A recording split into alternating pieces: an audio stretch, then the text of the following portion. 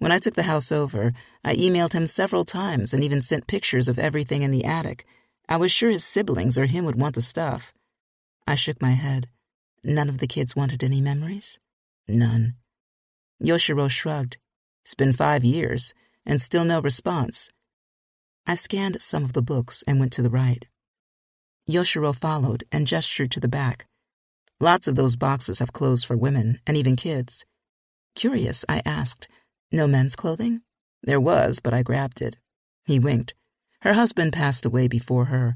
I found an old funeral program from 20 years ago. The kids chattered on the other side of the attic, probably finding several things to argue over in the boxes. Hey guys, I turned to them. They looked up. Take what you want, but make sure to clean up your mess and put everything back the way it was. They yelled back in unison. Even Poppy chimed in. Yes, Mommy. I stood there in shock. She spoke again in front of me. Jalen, there's an old sled over by the window. Yoshiro pointed to the left. I don't know if it needs repairs. I'm on it. Jalen rose with determination covering his face. That sled is mine. You have to share it.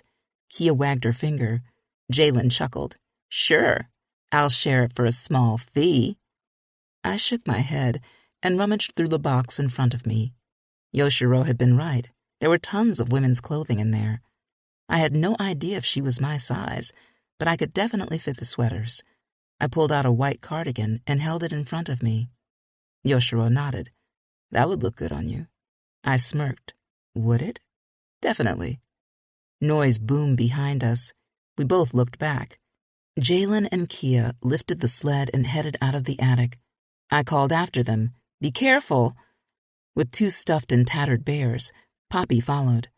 The box of toys lay open, dolls and balls scattered around it. I shook my head. Hey, don't forget to come back here and clean everything up. They left without a response. They'll clean up. Yoshiro nodded. They're good kids.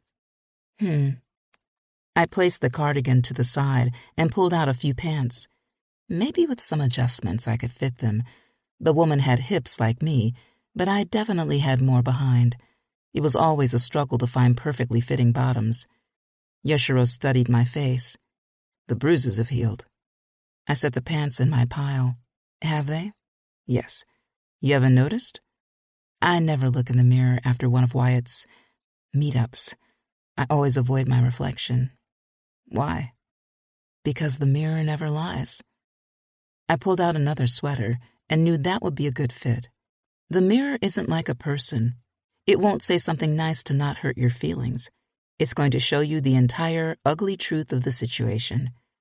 I disagree where you're concerned. I set the sweater down in the keep it pile. What do you mean? Your face was beautiful, even with the bruises and swelling. See? I grinned. People will say the nicest things. It's the truth. It's not. People don't look beautiful with black eyes and swollen lips. You did. His mouth hitched into a half smile, a smile that made my heart race. It had been doing that a lot around him.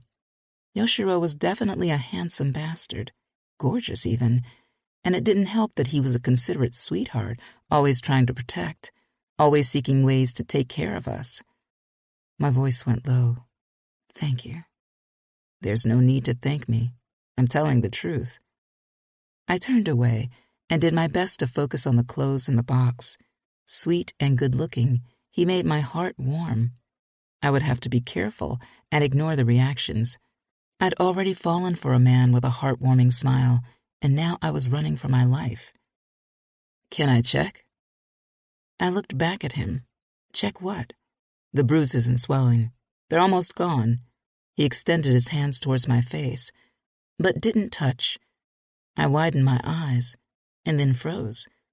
The half smile transformed into a full one, or I could back up and give you 3 feet. I laughed against my will. Sure enough, my reaction to him touching me had been absurd. I'm just not used to anyone touching you anymore. Yeah, at least not in nice ways. Trust me, when I touch you, it will always be nice. I raised my eyebrows. He shook his head. Ebony, you know what I'm trying to say. Do I? I fell back into our comfort zone enjoying that I could joke with him. That came out a little sexy. Did it? Yes. You must have been a smooth one in Chicago. I had my moments. I've already showed you my rap skills. He snapped his fingers. Oh, baby, baby. Oh, baby, baby. Okay. Let's hold some of the rap skills back. I don't want to melt in this attic from the sexiness. He laughed. I believe you're making fun of me. I batted my lashes. Me? Never. He studied my face. Can I check your face? You never went to a doctor. I can at least make sure you're fine. I am, but go ahead. I set everything down, stepped closer to him, and attempted a joke. Just don't hurt me. His smile slowly faded as he searched my face. I would never hurt you. Never. My heart jumped again. I wanted to look away, but he raised his hands to my face and grabbed all my attention. He whispered, "And you are beautiful, no matter what." I turned my attention to his throat, the top of his shirt, anything but his face. He touched me, spreading warmth onto my skin. He slipped his fingers under my chin. He traced the swell of my bottom lip with his thumb. It'll be back to normal by tomorrow. My body heated. My breathing increased. Licking his own lips, inch by inch, he moved his hand to the side of my face, close to the black eye. The black and blue coloring is leaving. The blood at the corner of your eyes is gone. I didn't know it was there, which is why you should look in the mirror. He dropped his hands, but didn't back away. His scent tangled around me, making me dizzy. He'll never touch you again. I promise. I edged away, not because Yoshiro scared me with his words or touch. I backed up because those hands, those gentle fingers, had terrified me. They made me want. They made me crave. They made me yearn for him to touch other parts of me, and not just with his hands, not just with his cock. He made me hungry to touch his heart, his soul. And those feelings, after all I'd been through, it made me feel weak. He held my gaze. I have to tell you something. What? A couple days ago, I had my friend look Wyatt up. I blinked. Kevin is good with computers and has always helped me with things like that. Kevin found Wyatt in a hospital in Portland. Wyatt needed stitches. The bullet went through him. A cold shiver ran through me. So, Wyatt is fine. Yes. While Yoshiro's gentle care had warmed my heart, this news had made that same organ drop into my stomach. I cleared my throat. For a few days, I've been dreaming about him still in that apartment, bleeding out. Is that wrong? No. I hope for the same. He came forward, returning the closed space that I had expanded. I told Kevin to keep watch of Wyatt. This morning he told me that Wyatt was released. I shook my head. God damn it. We should have left. We should have kept going. We're too close. Yoshiro took my hand. It trembled within his. Kevin is tracking his credit cards and cell phone. He's that good. Are you sure? Trust me. Wyatt checked into a hotel a few blocks near the hospital. It makes sense. He's still injured. The roads are still snowed in. There's a number he's called several times. Kevin says it's an LA number. Can he show it to me? It might be my mother. I'll get it. He squeezed my hand, wrapping it in comfort and warmth. This time you won't run. Promise me that. Yoshiro, you've helped us out so much, but I'm scared. We probably should know. Wyatt comes even a few miles to this town, and I'll go out and handle him personally. Yoshiro sneered. Fill his ass up with so many bullets, the police wouldn't be able to identify him. The kids and you are family. I won't let him fuck with you all anymore. But maybe my words don't mean much because you think we're strangers, but I feel this deep within my soul. A lump of sorrow lodged in my throat. He continued, I want to protect you, not because you're a charity case or you're weak. I want to do it because you've done enough. You survived. You escaped. But don't you feel the magic too? He had all of my attention, and at no moment could I look away. I whispered, the magic? Like there's something more happening here. Like we were brought together, whether due to God or the universe or even our needs, our shared pain. I sighed. This might sound stupid, but when we were on the road, I asked God, I begged him to guide us to safety. And you came here. Well, I crashed here, but yes, in the past few days, I wondered if this was bigger than us. We're family. Those words made my eyes water. We're family? We've all lived together long enough to be more than friends. We've laughed, we've struggled in the cold darkness with no lights. It doesn't matter that we're not blood. We're family. He stared down at my hand for a moment, then his fingers curled around mine. His hand was so big that it seemed to swallow mine. Are we family, Ebony? I didn't even think about it. I just murmured the word, yes. Then we have each other's back. We do. I tightened my hold around his hand, allowing myself to really feel him. His flesh was golden and warm. Strength radiated from him. Such a simple touch between us, and yet a surge of sensual awareness flooded me. And you won't run? He tipped his head. A lock of dark hair fell over his forehead. For a second, I yearned to brush it away. I won't run, but I'm so scared. Then we start training tomorrow. The storm is going away. I smiled. You're going to turn me into a fighting machine. I'm going to teach you how to defend yourself more. You've already done a damn good job on your own. I don't think so. I do. I just want to help. I want to be there to protect you. He leaned in closer, almost as if he was going to kiss me. I froze. A few silent seconds went by. Don't worry, he whispered. Not yet. Not yet? He let go of my hand and backed away. His tone went hoarse. Not yet. I'm giving you time. Are we both talking about the same thing? He gazed at my face, my lips, and then slowly moved over my body, penetrating me with a sensual intensity.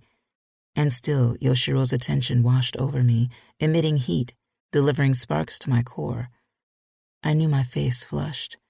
I knew something bridged between us. It charged.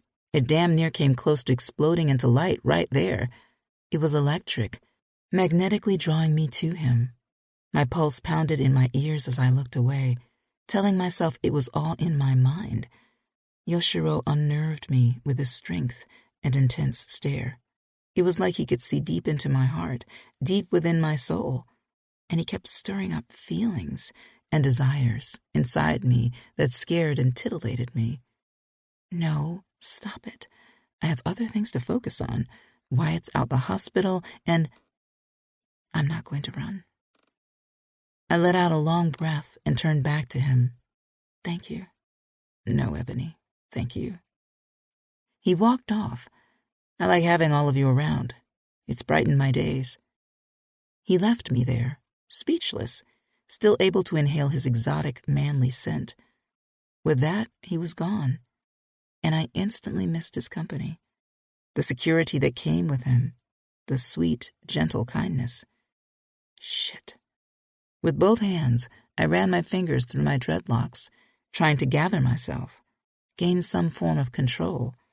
With one touch and a declaration of protection, he had disheveled my insides. He stimulated things within my body that had been forgotten, my heart, my soul, my desire. I thought about what he'd said. How much of this was meant to be? The kids and I crashing onto his property, us meeting. Had the giant man in the sky shifted our orbits so that we would meet in this exact moment?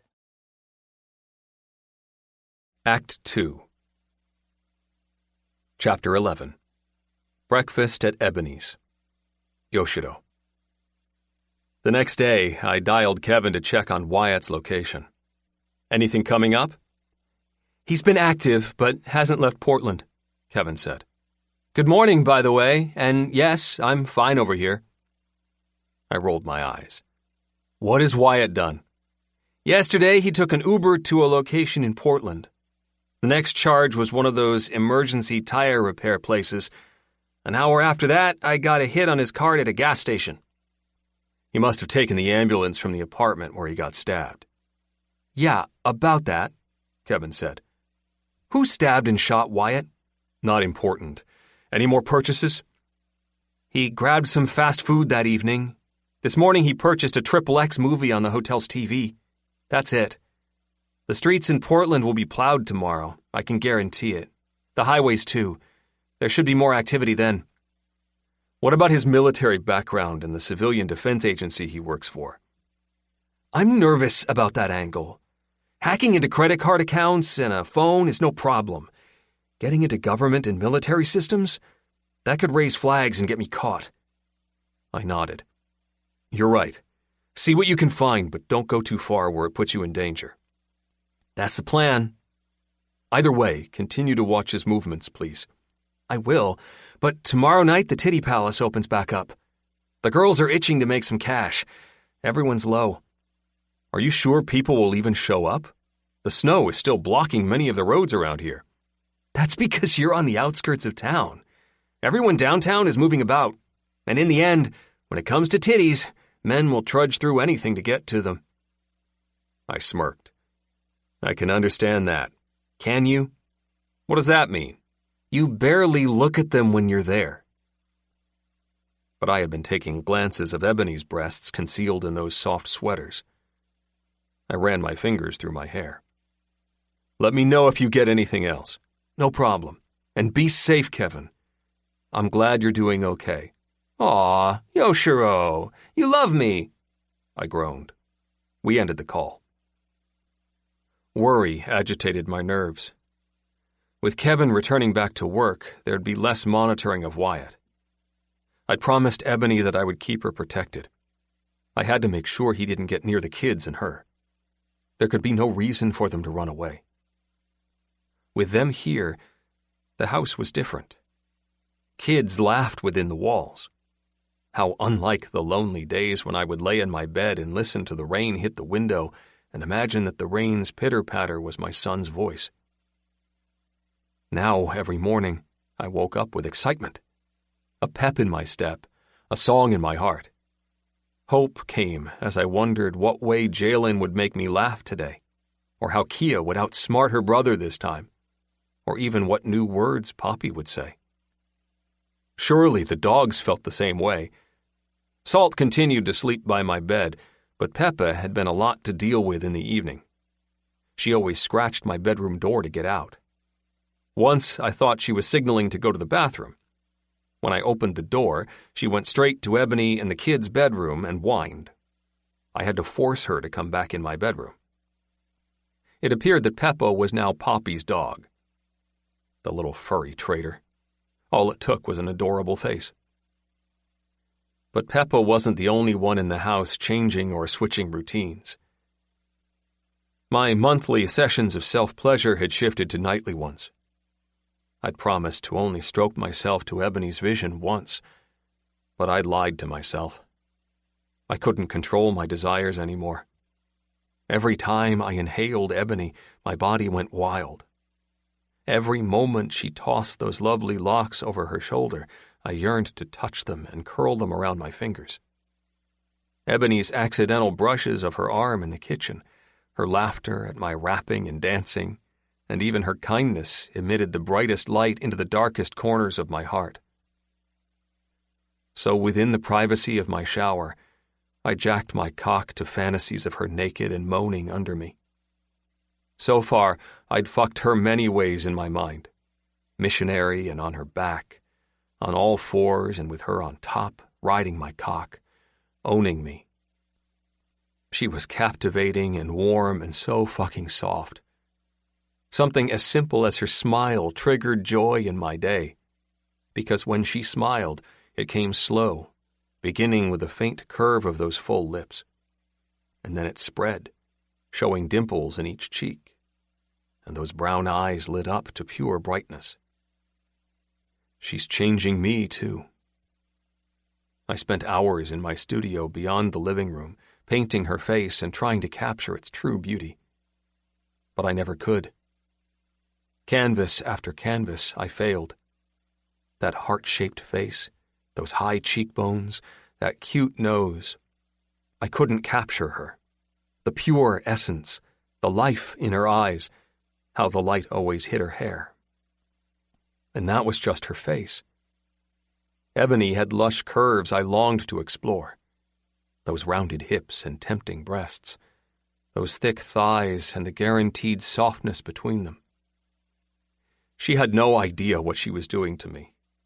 I did my best to keep it in, but damn, that woman had become addicting. I craved her. I had to have her. I was hungry to taste her skin and those full lips. I was greedy to make her mine. But not yet. Ebony still feared men, companionship, closeness, the simple touch from a male. Wyatt had destroyed it. Due to him, I would have to work past that fear. Perhaps that was what made me attracted to her too. Her strength. She had survived on little to nothing with 3 kids. Somehow she found a hustle to help her keep afloat. She lived these past years alone, just the kids and her, afraid to get close to anyone, having to keep them all hidden. One day, Ebony is going to be mine. No longer did guilt come with dirty thoughts of her. I knew I would take care of her once I had her in my arms. I knew I would love her, treat her right, do more than her husband had, be more, seek more, if only she would give me a chance. And she will, but I have to take my time. I can't rush this. And I had to make sure that she was safe from that maniac. He had to die. I didn't know how or when, but I would end his life. My happiness depended on it. The kids' safety required it. Ebony's soul needed it. We all deserved a happy ending. Hadn't we all gone through enough? They'd been beaten and abused. I'd lost my wife and son. In these past years, we'd all been running from monsters, whether big or small. We all had scars that still hadn't healed. Fear and suffering had dominated both of our pasts. I saw myself in each of them. I understood the trauma, the pain, the fear, the giving up of joy because it didn't seem possible. And now they'd been here for a week, and it had become the best 7 days of my life. There had never been so much laughter on my property, so much singing and dancing, so much cooking and racing around with joy. Surely the house appreciated them too. If it could talk, it would have thanked them. Surely the house had been tired of my moping around the halls with only the dogs barking to end the silence. I'm glad they're here. I checked my watch and figured everyone would be up by now. It took me no time to shower and dress. I'm going to beat her to making breakfast. She's always doing it and telling me no. This time, I'll show her. When I rushed down the stairs, I stopped in the doorway. Ebony was already at the stove. I frowned. Really? She glanced over her shoulder and laughed. I told you that I'm the one that makes breakfast. You don't have to. I want to. You're trying to be helpful. Just trying? She fake pouted. I'm not being helpful? You know you are. I crossed my arms over my chest and watched. She wore a fitted cardigan sweater.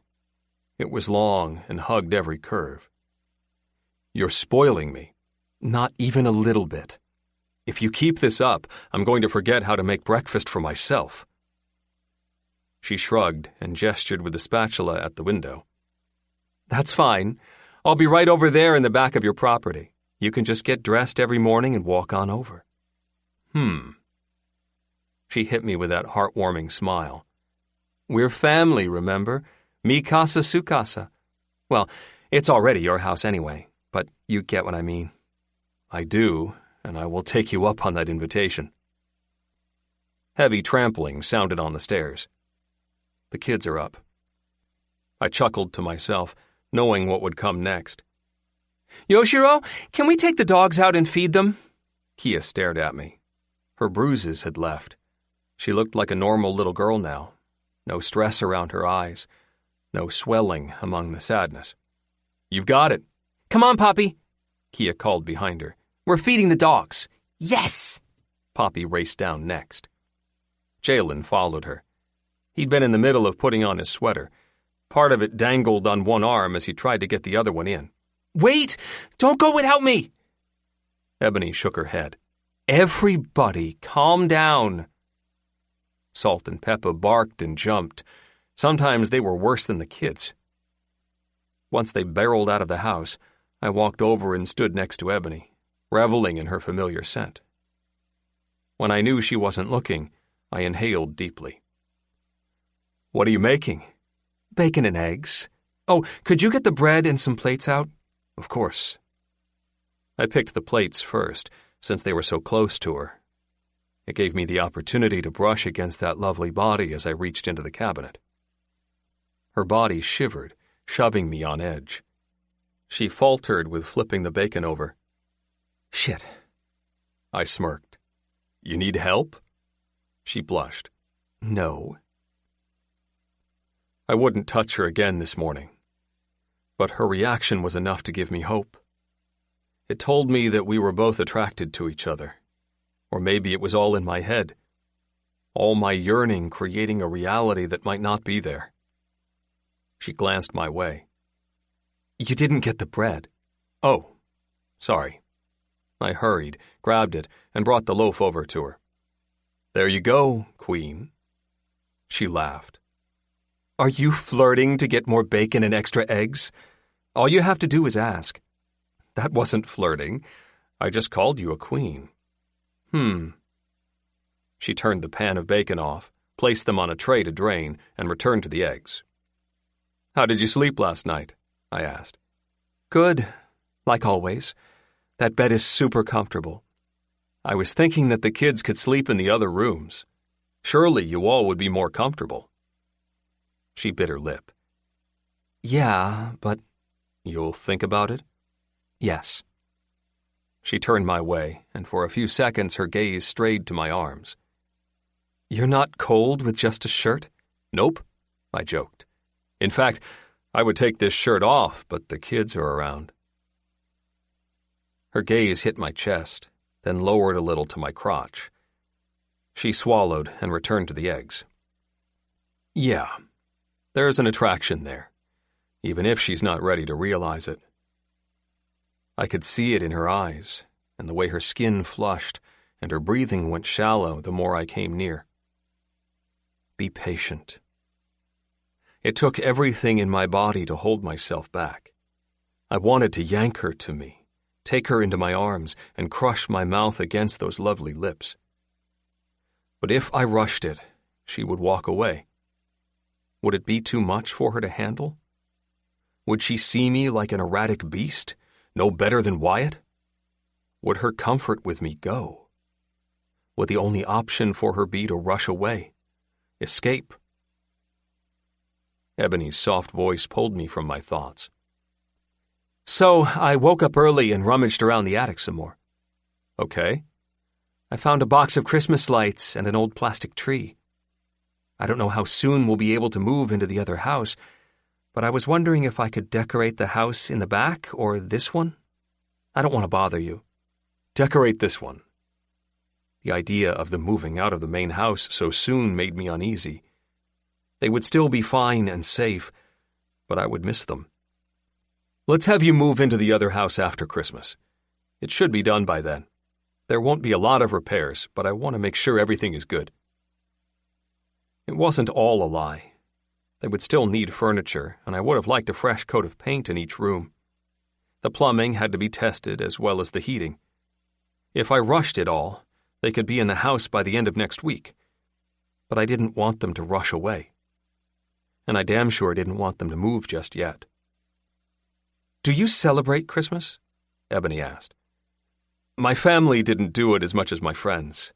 We didn't have a tree, but we did exchange presents. My mother would do a big dinner." "I could do one too." "That would be nice." I scanned the space, trying to imagine it lit up with festive lights and decorations. "We won't use that plastic tree," I'll throw that away. We can go in the woods and find a nice one. She shrugged. We could. This is Washington, the evergreen state. We have Christmas trees all around us. I nodded.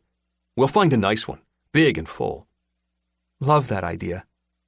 She began plating the eggs.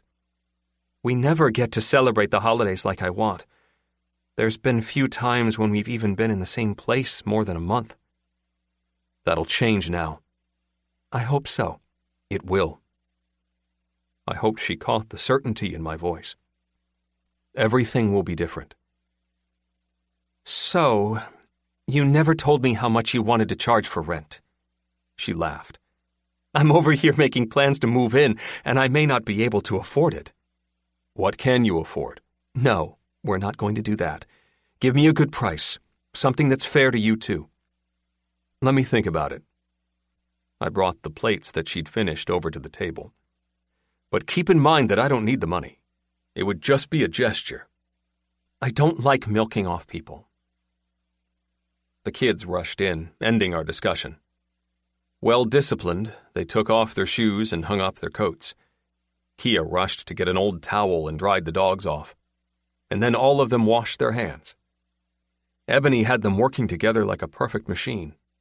None of them needed to be told anything more than once. All of them were respectful and considerate.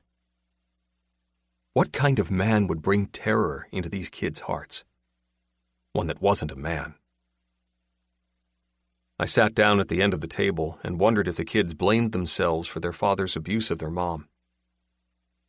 When I was a kid, I always thought it was my fault for my father's abuse. I tried to clean up my stuff and help my mother all the time. That cleaning habit remained with me to this day. Even now, it made me anxious to see a spot or dust somewhere, as if my father would rise from his grave, storm in, and slap my mother. I looked at Poppy as she shoveled eggs into her little mouth. I remembered being quiet, too. Whenever Dad came home, I kept my mouth shut. I moved as silently as possible, tiptoed even, not wanting to agitate my father or overburden my mother. Is that why she stopped speaking? Does she feel safe enough to speak more now? I smiled at her. How are the eggs, Poppy? She grinned. Yummy. Another new word. Ebony dropped the spatula on the floor, cursed under her breath, picked it up, and washed. The whole time she watched Poppy, hope blazed in her eyes. See, this place is good for them. Don't you ever think about running. You're safe here with me. They're safe here too. I won't let anything happen to them. I checked Kia. She hadn't even touched her food. Instead, she monitored her mother. Have you eaten yet, Mom? I'm about to sit down. Ebony brought her plate over. Finally, Kia decided to eat, ripping into the bacon first. She chewed and groaned in delight. I buttered my toast and turned to Jalen. He had a thick book open. I raised my brows. What are you reading, Jalen? He looked up. His face brightened as if he'd been waiting forever for someone to ask him that question. I'm reading book 4 of the best series in the entire world as we know it. Wow, that's some recommendation. The title is Smoking Metal. The hero Stryker is an assassin. Jalen leaned over and lowered his voice like the information was top secret.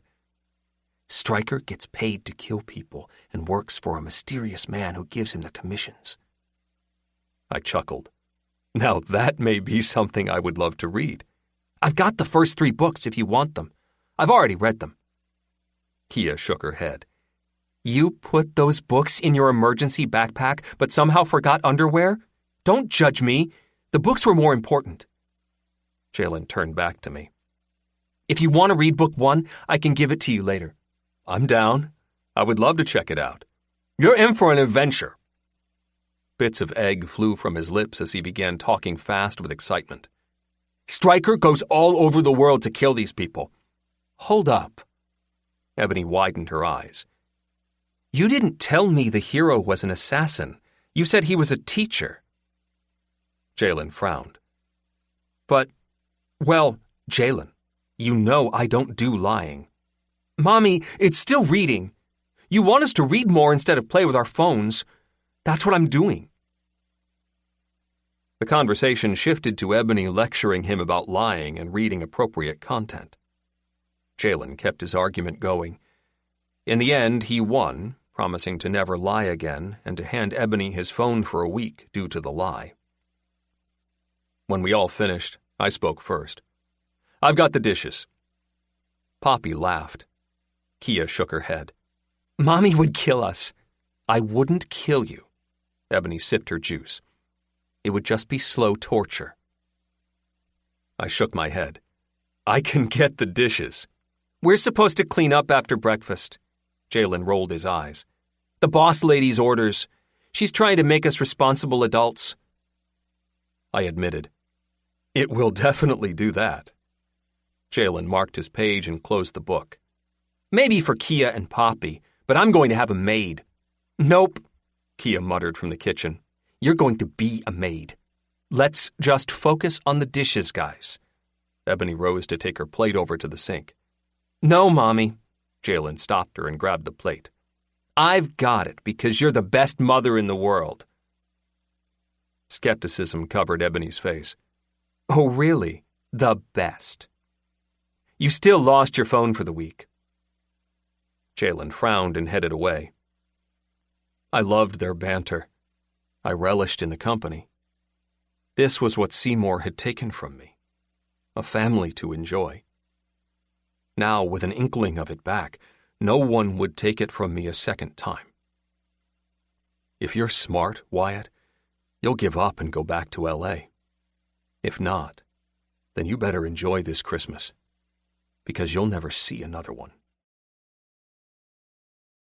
Chapter 12. Off with his head. Ebony. Later in the day, Yoshiro and I checked out the back house I would soon be renting. I still hadn't told the kids. A lot was going on. I was just happy they could laugh and enjoy themselves. And this idea was still growing in my mind. I was still getting used to it. A tiny part of me was a little unsure. I didn't know Yoshiro that much. However, we'd only been here a week, and I had to admit it was the best days of the past 3 years. When Yoshiro said he would do everything to protect us, I believed him, deep down in my soul. There was no doubt he was that type of man. But would he be this nice all of the time? Could I trust him? My mother always told me that sometimes we had to step out on faith, not knowing where we were going or how, just trusting that God would get us there. But I was now questioning everything when it came to Mom. While Yoshiro and I walked up the hill, I pulled out my phone and turned it on. There were more missed calls from her, and 2 from an unknown number. I was sure that the latter must have been from Wyatt. I checked the few text messages. Mom, where are you? I haven't heard from you all in a while. Are you okay? I deleted her text and looked at the other one. Mom, please call me and let me know where you're at. I'm worried. I shut the phone off and placed it in my jacket.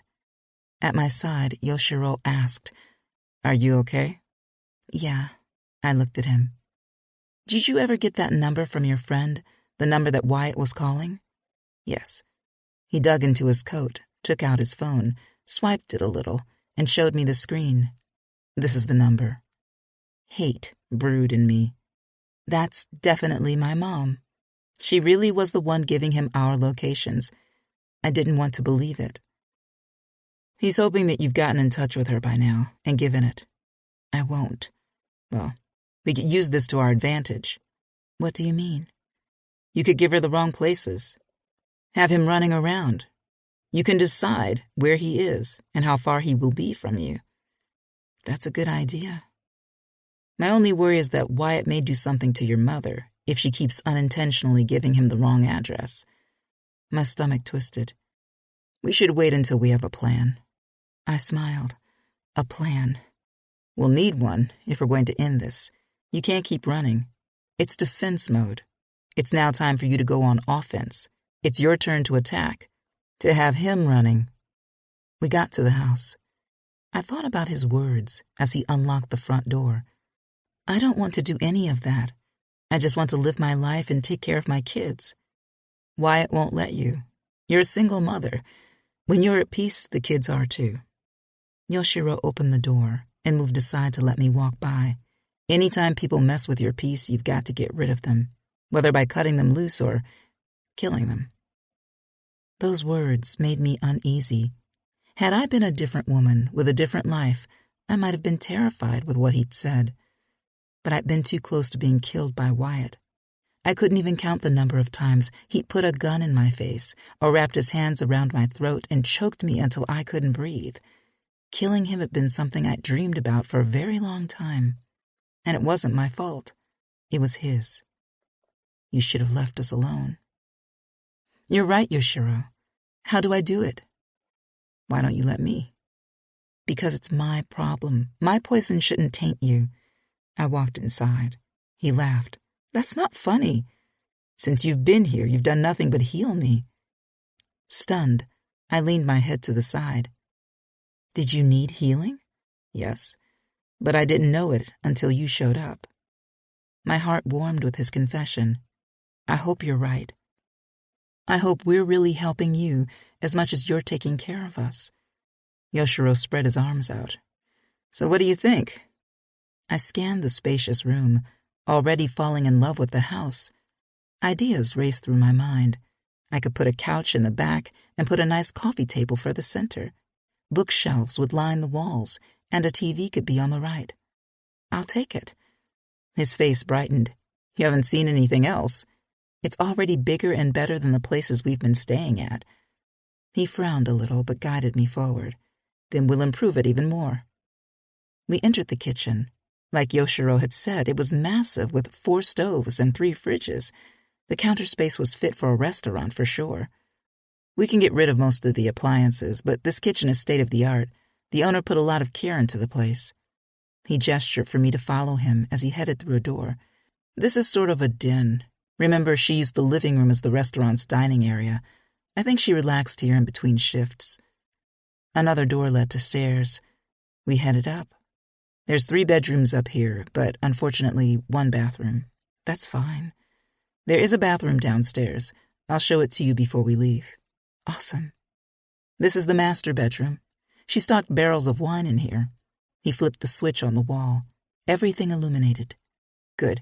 I figured the electricity was connected to the main house. Even better, there's probably a generator around here somewhere. With a business, most people have one. I'll have to check the back. I think I remember her son saying it. At the time, I didn't care. I just wanted a big place to... What? To hide. He turned the lights off and left. I followed. Do you think they searched for you? Probably. But there was no way they would have found me. Even if they figured out I was somewhere in Washington, I didn't use a card or even my name when I purchased the house. The property is owned by a third-party corporation with the sole owner being listed as private. And you're the owner of that corporation. That's right. So if the mob couldn't find me, I doubt Wyatt can find you. My nerves flared on edge. He'd said bad people, but he'd never said the mob. That all made sense now. I walked behind him into the other room, looked him over as if for the first time. He was tall and muscular. From the first time I'd seen him, I figured he could hold his own in a fight. And now, with the knowledge of his guns and old employment, I felt safer than I'd ever been. This could be the girls' room, or Jalen's. Yoshiro checked the lights in there, too. But I don't know how you're going to do the sleeping arrangements. Poppy likes to sleep with me. It would be good for Kia and Jalen to have their own rooms for a change. It'll be the first time. I like that. I want them happy. I gave him an odd look. Why?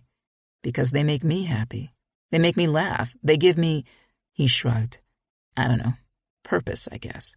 Something to do each day. I'm probably not making any sense. You are. We went into the other room, and again he checked the switches. He sighed. So how about $400 for the rent? Shocked, I asked, a month? That's too low. You could get $1,500 easily. You need to fix your SUV, You'll have to get your own Wi-Fi account unless you want to share mine. That's not your concern.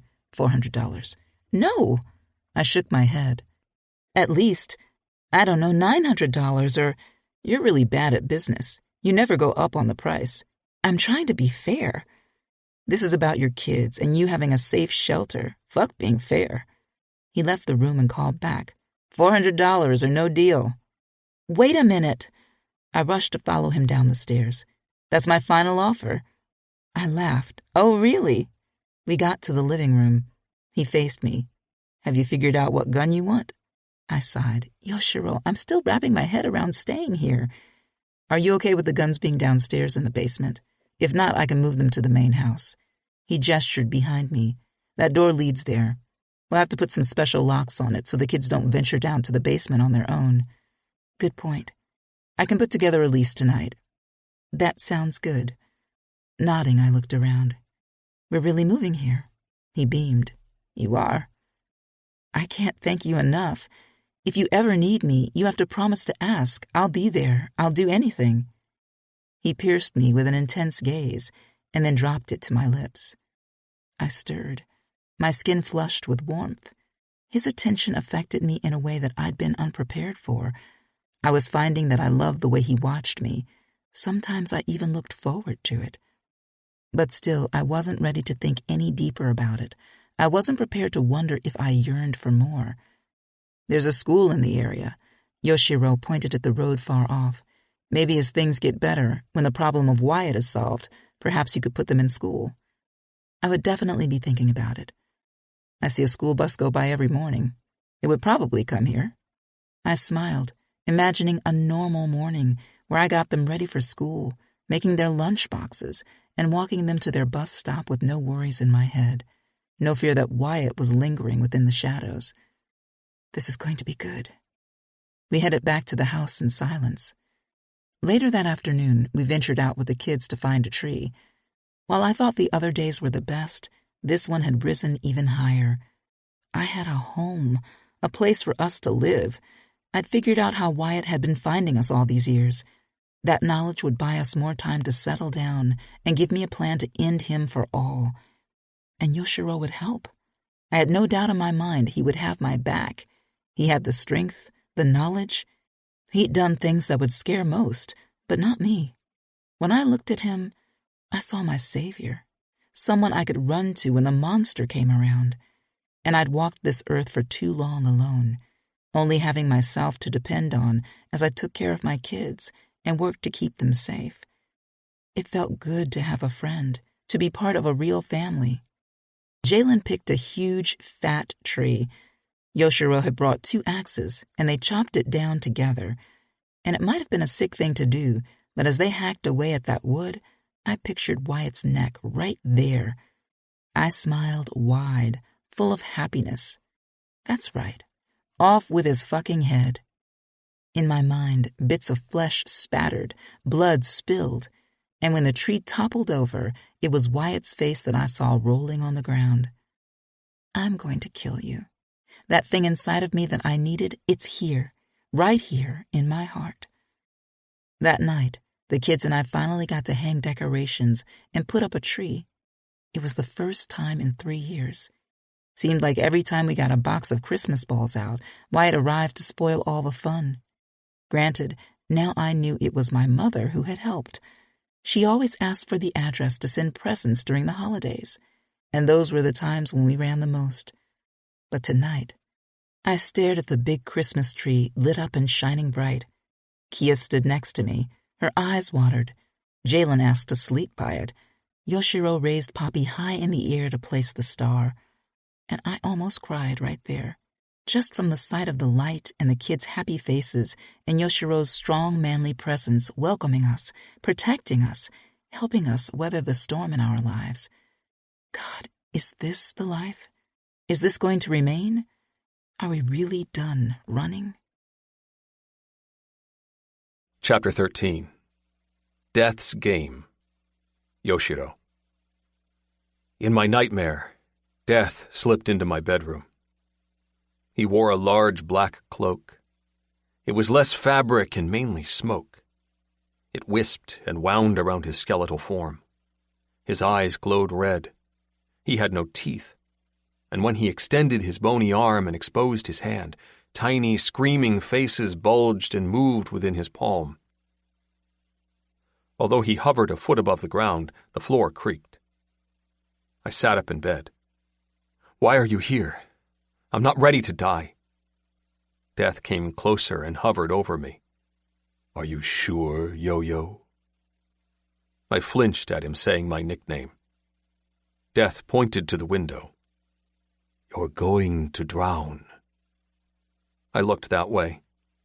Instead of the usual snowy landscape, an ocean moved outside. A wave smashed against the glass. The wave fell away, leaving heavy foam drops on the glass. "Let's play a game." Death sat down by the small table near my window. It was where I used to keep my wife and son's shrine. "What type of game?" I left the bed, slowly walked over to the other side of the table, and sat in a stool that had never been there before. Death dug into his cloak, pulled out a gun, and lay it on the table. "Roulette." "I don't like that game. It's stupid." "Then I can take you right now." I stared at the gun. Black skulls coated the handle. Blood dripped on the length. A line of steam left the tip. Death pointed to the table. A bullet appeared. "Put it in the gun." "I don't want to go with you." "You've wanted to go before. Things have changed. Play the game, Yo-Yo." I picked up the bullet with my left hand and studied it. "If I win, then you leave. For now. But you will see me one day." I grabbed the gun with my other hand. It opened on its own. I thumbed the bullet into a random chamber, closed the cylinder, and spun it. "Play," Death said. "Fuck you." I spun the cylinder again, raised the gun, and pressed the muzzle to my temple. The steel was cold. "Are you scared?" I looked Death straight in the eye, held my breath, and eased the trigger back. The cylinder turned. The hammer cocked. The action played smooth, like silk rubbing on silk. Swallowing, I pulled the trigger all the way. The hammer fell. There was a loud click. I felt the smack of the hammer pulse all the way through the steel to the side of my head. Nothing came.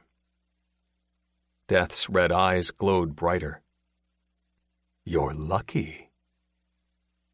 I set the gun down on the table. "One more time, Yo-Yo. And then you leave? For now. Forever." That evil creature smirked. "Death will come to all one day, but not today for me." "You want to live." "I do." "Why?" "Before you welcomed me." "Never mind that." I picked up the gun again, spun the cylinder, and let it slow and stop. "There was a time when you hoped I would come, Yo-Yo. There were moments when you wished I would reunite you with Olivia and Akio." Anger rose within me. "Don't say their names." "You don't miss them anymore." "I do, but they're gone." "You think you should live while they—" "Fuck you!" A dark cackle left Death's bony mouth. "Take the last turn, Yo-Yo." I raised the muzzle to my head. The barrel was so long my elbow was forced up and out. I pulled the trigger, fast and decisive. A loud click sounded. "Fuck you!" I lowered the gun and spun the cylinder a third time. I raised the gun and pulled the trigger. Nothing. I did it a fourth time, fast. Nothing. I did it a fifth time, faster. Nothing. "Okay." Death's eyes dimmed as he rose from the table. "You've won this time." Tears left my eyes. "I'll tell Olivia and Akio you said hello." I slung the gun on the floor. "They're not with you." The glow in Death's eyes went completely black. No more was there a red glow. I gave him the middle finger. Olivia and Akio are happy. They're at peace. They're smiling together. Get the fuck out of my room. The ocean rattled my windows. Then Death disappeared. In the next moment, I woke up, but to my surprise, I wasn't in my bed. I sat in the chair right next to the window. My shirt was off. I just had on my pajama pants. No shoes. No sign that I'd been sleepwalking. Not that I did anyway. But still, I couldn't understand why I had been sitting in the chair. What's going on? I didn't fall asleep here. My gaze was drawn back to the table. A bullet lay in the center. There was no gun. I swallowed and looked out the window. It was morning. The sun shined bright within fluffy clouds. The same snowy landscape greeted me, but some of it had melted. Off in the distance, a huge vehicle plowed the road in front of my property.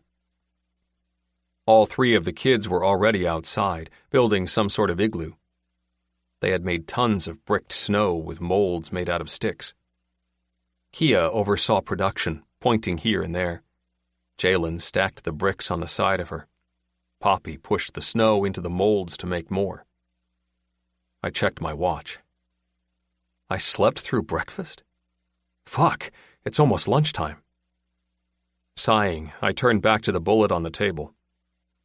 Terror entered my heart. How did that get there? I wouldn't have left it out, not with the kids around the house. Besides, I only kept the shotgun near my bed. For now, Ebony had it. The rest of the guns were in my closet. Salt and Peppa whined from the door, pleading to go outside and relieve themselves. Rising from the table, I picked up the bullet and twisted it between my fingers. The metal warmed my tips, speeding my heart up. For a second, I wondered if the nightmare hadn't been a dream at all, but something that actually happened. No, the dream couldn't have been real. There must be another explanation. Maybe I left the bullet here days ago and didn't notice it. But then why did I wake up in this chair? With the mystery spinning in my head, I walked over to the door and let the dogs out. They raced away. I shut the door and scanned the room. My bed was disheveled, like I'd been sleeping in it. But how did I end up in the seat? And how did this bullet appear? Footsteps sounded next door. It had to be Ebony in her room. I set the bullet in my pajama pants pockets. The guest room was side to side with my room, laid out in exactly the same way. I guessed Ebony stood only 3 or 4 feet away from me, just through the wall. Perhaps she was cleaning the space. A shiver of dread moved through me. The nightmare had shaken me. It would have been nice to talk to her, have her console me, but I would have had nothing but madman shit to say. Hey, Ebony, I played roulette with death in my nightmare and I woke up with the bullet right in front of me. Like any normal person, she would have thought I was crazy.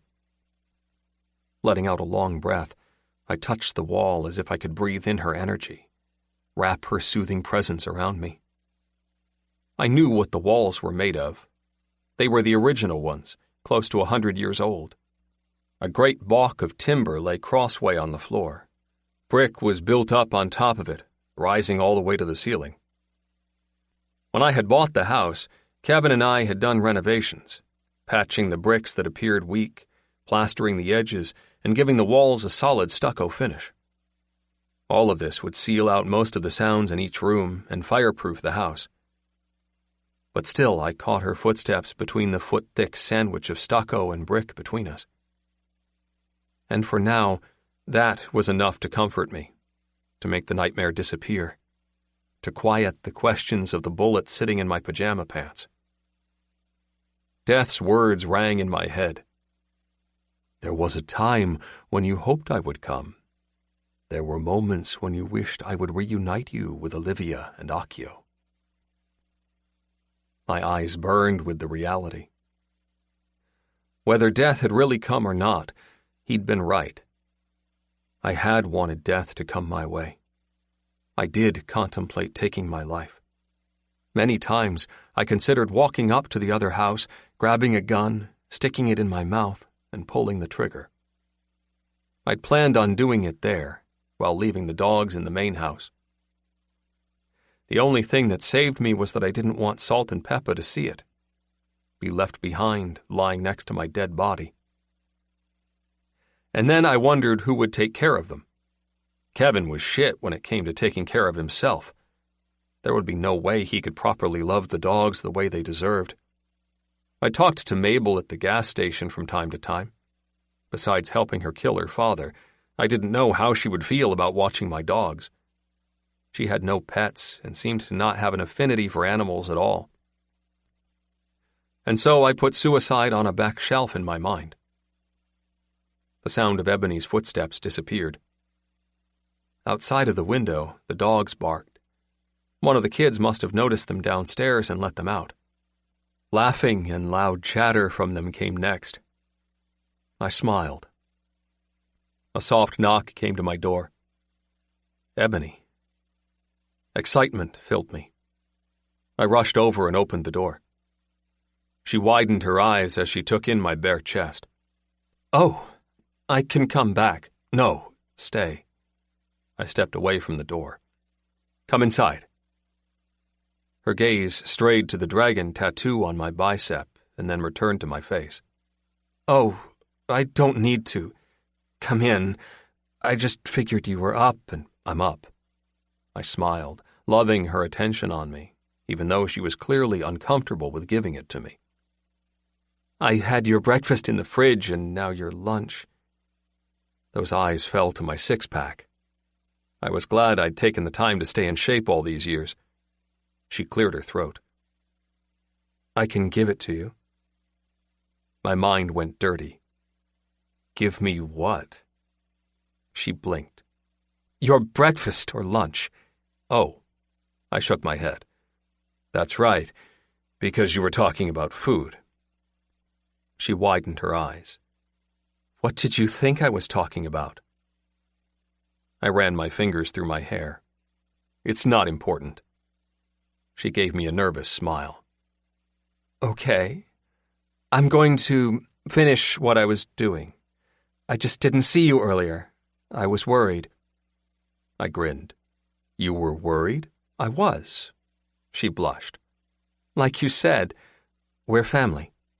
"But not blood-related." "Well, of course not." "I just think we should make that clear." "Because?" "You're not ready for that answer, Ebony." I stepped back. "You've never been in here. You should check it out." "Alrighty." Shaking her head, she widened her smile and entered. "I like the paintings in here." The walls were covered in dragons, different shapes, colors, and sizes. "You love dragons?" "I do." "Why?" "Because my father did, and that was the only thing we agreed on." She walked over to the small table by the window where I'd woken up at. "I like that you're a neat freak." "I'm not a neat freak." "It's a compliment." I closed the door. Once it shut, I completely regretted it. She spun around, tensed, and edged back.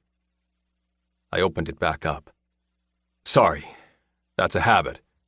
"When a woman comes in your room?" "What?" "I'm saying you usually close the door when a woman comes in your room?" I laughed. "No, I usually close the door when I come into the room. No woman has been in here. In fact, you're the first woman to walk in my bedroom." "No way." She shook her head, but at least she'd returned back to being relaxed. "You've been here for 5 years, right?" "Yeah. I haven't dated or anything. I don't have a lover. I haven't had sex in 5 years." I leaned my head to the side. "Was that too much information?" No." Still, she stirred, and I swear she might have licked her lips. Quick, unintentional, but there'd been a movement with her tongue. And then she cleared her throat. Well, you were mourning. I was. Will you date one day? I swallowed and stared into her eyes. That's up to you. One day. She opened her mouth and looked away. But we have time. She moved away from the window as if trying to figure out the fastest path out of the room. But I still stood by the door, not blocking it, just close to the side. I'm sorry, Ebony. Was that too forward? I'm not interested in me, interested in dating. Especially dating a man? I nodded. Especially after all the shit you've gone through. Her voice went weak. Yes. You... I stuffed my hand into my pocket. Within the pajamas pocket, I didn't take out the bullet, but I twisted it between my fingertips. You don't ever have to be ready to date me. That's not what... I sighed. That's not what our friendship is about. It's not why I want you to stay in the house over there. My protection comes because of what lives inside of you. That skeptical expression returned. What lives inside of me? Strength? The ability to overcome obstacles? The fire? The magic that makes you push and battle against the impossible? That energy that you've somehow harnessed and passed on to the kids? Silence filled the room. Her eyes watered, but no tears came. The kids' laughter sounded outside and mingled with the dogs barking. Whatever they were doing, it was a grand old time. She whispered, That was beautiful, Yoshiro. You always make me feel stronger than what I think I am. And you make me feel special, alive, hopeful. You make me feel like I'm part of something, a family, a movement. A movement? She shook her head. You're definitely a sweet talker. These are all the things on my mind, I swear. I took a step forward, but nowhere close to her. I know you're not ready for any man right now. Thank you for understanding. She blinked. And it's not that you're not pleasant to look at. You're so sweet and... whatever, you're gorgeous. And you have muscles and all. I beamed. Feel free to go ahead. We have time for you to list my awesome qualities. She laughed. I just need time. I know you do. That's why I've tried to keep myself under control. She bit her lip, and I immediately yearned to suck on it. I forced myself to relax. Just don't forget that all men aren't the same. Take time to heal, but also take time to relearn the male race. Oh, really? Yes. Some men are not really men. Many don't know how to treat a woman the way she deserves. Preach! And it's not your fault you married Wyatt. You're not weak because you loved him. You're strong because when he stopped loving you, you left. I pray you're right. She hugged herself. I just don't want to rush into another situation with any man. I don't want to make any more mistakes where my kids have to deal with more trauma and pain. My heart ached. I understand. If only I could show her. If only I could cut myself open and hand her my heart, let her take days to study it, give her weeks to test it. She would know who I was. She would comprehend the inner parts of my soul. I let out a long breath.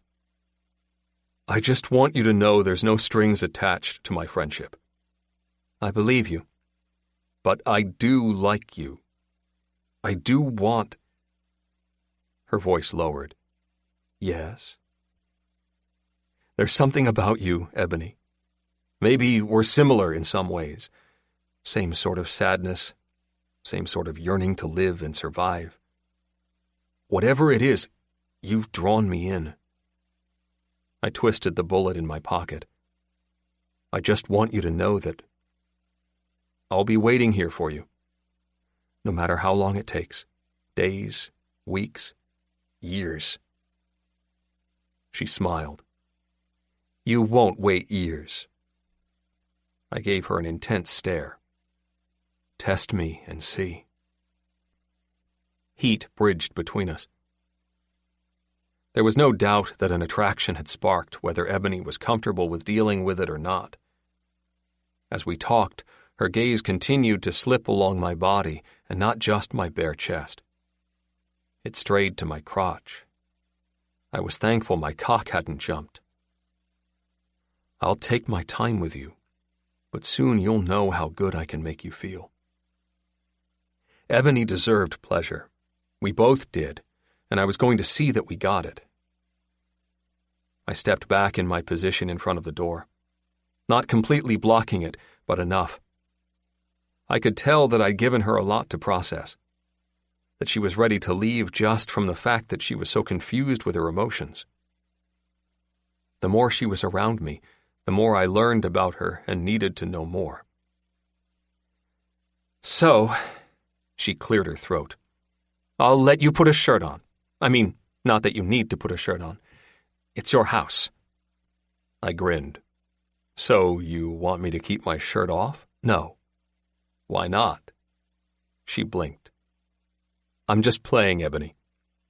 She relaxed. Your lunch is downstairs if you want it. Thank you. She shook her head. What? Yoshiro, I literally came up here just to give you some food, and you pretty much start this conversation about relationships and broken hearts and sex. I just wanted you to get something to eat. I laughed. The topic was too heavy? You're fine. She headed my way. For the record. She stopped 2 feet in front of me and looked up. What? For the record, I never said anything about sex. She rolled her eyes. It was insinuated. In your dirty mind. I touched my chest. I was talking about love. Whatever. She headed away. I stayed where I was, halfway in the doorway.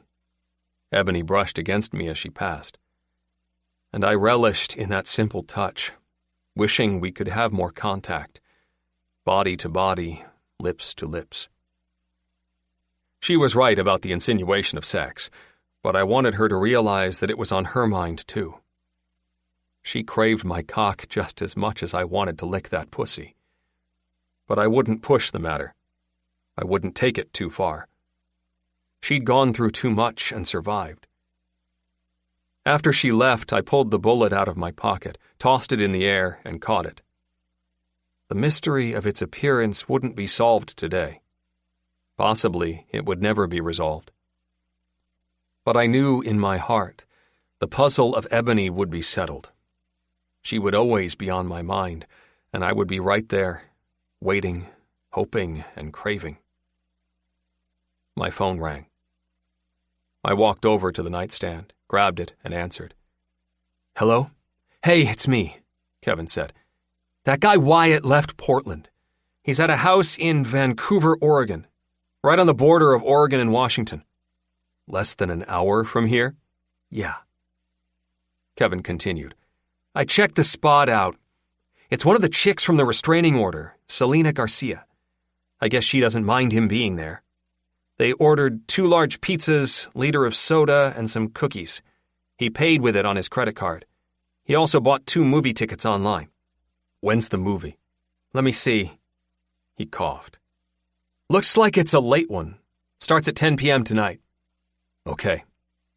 I rolled the bullet in my hand. Give me the address. You're going over there? Maybe. Are you going to tell me what's up with this guy or not? Eventually. Now it's more important to watch his steps. Well, I don't know how long I can do this. I looked into his background, found a tie to some agency called Mafia. I couldn't even find out what the acronym was. The site is locked and private. There was a ding when I attempted to hack, possibly their alarm. I pulled out fast. My body tensed. You think they realized you were hacking them? I don't know. Then leave it alone. I don't want you involved. Really? Yeah. What? You love me. Kevin, text me the address and stay off the Mafia site. In fact, give up any search on Wyatt's military background. Just monitor his credit card purchases. Got it. I'll send you the address. But do you need me to check out the place with you? No. I'll be fine. We hung up. Kevin delivered the address. I set my phone down and went off to take a shower. The whole time, I battled with what to do next. Wyatt was getting close to us, but he still had no idea where Ebony was. It didn't put me at ease. The only thing that would was Wyatt 6 feet deep within the ground. Wyatt was with another woman, but that didn't mean anything either. I'd been around Ebony enough to know that no other woman could take her place, and those kids were amazing. Wyatt would always want to be in their lives, no matter if he caused them more harm than good. He may be busy messing around with this Selena now, but Ebony and the kids are in the back of his mind. He'll never leave them alone. I didn't know what I would do, but one thing was for sure. I would have to go down to this address, find out what was going on. Next, I would figure out Ebony's and my next move in getting rid of this bastard. Chapter 14. Life Inspires Art. Ebony. There's something about you, Ebony. Maybe we're similar in some ways. Same sort of sadness. Same sort of yearning to live and survive. Whatever it is, you've drawn me in. I couldn't get that conversation out of my head. Yoshiro had ignited something within me with those words. If I was truthful with myself, he'd been triggering things within me since I'd first met him. I just want you to know that I'll be waiting here for you, no matter how long it takes, days, weeks, years. All day, I kept pushing thoughts of him away. For a few hours, I worked on a new story. It was close to home, a story about the kids and me, a novel completely different from all the rest. It was about the last week. It started on the day that the kids and I ran from Wyatt. It was all about how I tried to decorate the apartment when he showed up. I wrote every word, the way he slapped me, his threatening me with a gun, the way he hurt my child. I poured it all onto the page, my stabbing and shooting, the running and driving away. Yoshiro was even in it, and Mabel too. The snowy night, the wreck, the safe haven within his home. I'm going to call it redemption. The heroine's going to get it at the end. All the characters will. I wrote until my fingers went sore, and my heart broke, and the tears left my eyes. I didn't even know if it would sell. No sex had occurred yet, just light touches between the hero and heroine, silent attraction brewing, but nothing more. I had a small fan base, readers of women from all ages and races. They followed me. They reviewed. They bought my books on the day they came out. They supported me, even though they didn't even know my real name or had any idea how much their money helped. Somehow we connected over my past stories. Would we still connect now? Would these words matter? Would it touch someone's soul? Part of me needed to hurry and put out a book to make some money. The other part yearned for a story to change a reader's life. One or two who were going through what I dealt with. Perhaps another that was running. Maybe she hadn't fled from the abusive husband or boyfriend yet. Possibly she was on the edge of the thought, and this story would push her over, tell her she could do it, convince her to run away, protect her kids, love herself, leave him alone. I could not make one dime from this story, but if I knew I changed one person's life, it would be worth it all. I stopped after I wrote what happened this morning. Yoshiro coming to me and confessing that he was interested in more between us. It had shocked me, but would it stun the reader? I'd been unprepared for the conversation. My body trembled, not in fear, but in anticipation at the idea of more. But fear gripped my heart. It kept me at bay. I had kids to think about. I had a broken heart and a shattered soul to fix. Was I even ready for more? With anybody? I heard the sound of the kids piling into the house, rose from my desk in the bedroom, and headed down there. Kia and Poppy made turkey sandwiches at the table. I looked around. Where's Jalen? Talking to Yoshiro about those stupid books? I'd never seen Jalen get comfortable with any man. Granted, we never really had one around us for too long. It was usually just a mailman or a store manager. No man inside of our living space. I didn't know how I felt about Jalen's warming to Yoshiro. Usually my son was on guard and near me. In fact, usually all of the kids remained by my side. We were now in the second week of living here, and I barely saw the kids as much. Sure, we slept in the room together, and I went over their schoolwork with them, but during their off time, they ran free. Mommy, are you okay? Kia held the knife, smothered in mayo, in midair. Is everything all right? Yes. I tapped my foot. How do you feel about being here? With no hesitation, she said, I love it. Why? I feel safe. I raised my eyebrows. Why? She frowned. You don't think we should feel safe? Oh no, I was just wondering. The dogs wouldn't let Daddy get close without letting us know. They would bark. They're like furry alarms. Good point. And Yoshiro gave you the shotgun. Daddy would have never done that. Nope. Poppy lay a slice of turkey on the bread. Kia continued. And he still lets you keep the shotgun, which means he doesn't mind if you shoot him. Well, it doesn't mean that exactly. I shook my head. He just wants me to feel protected and be able to defend myself no matter what. Yeah. Kia put the mayo away. I like that too. I grinned at them. Sometimes kids were so simple, black and white.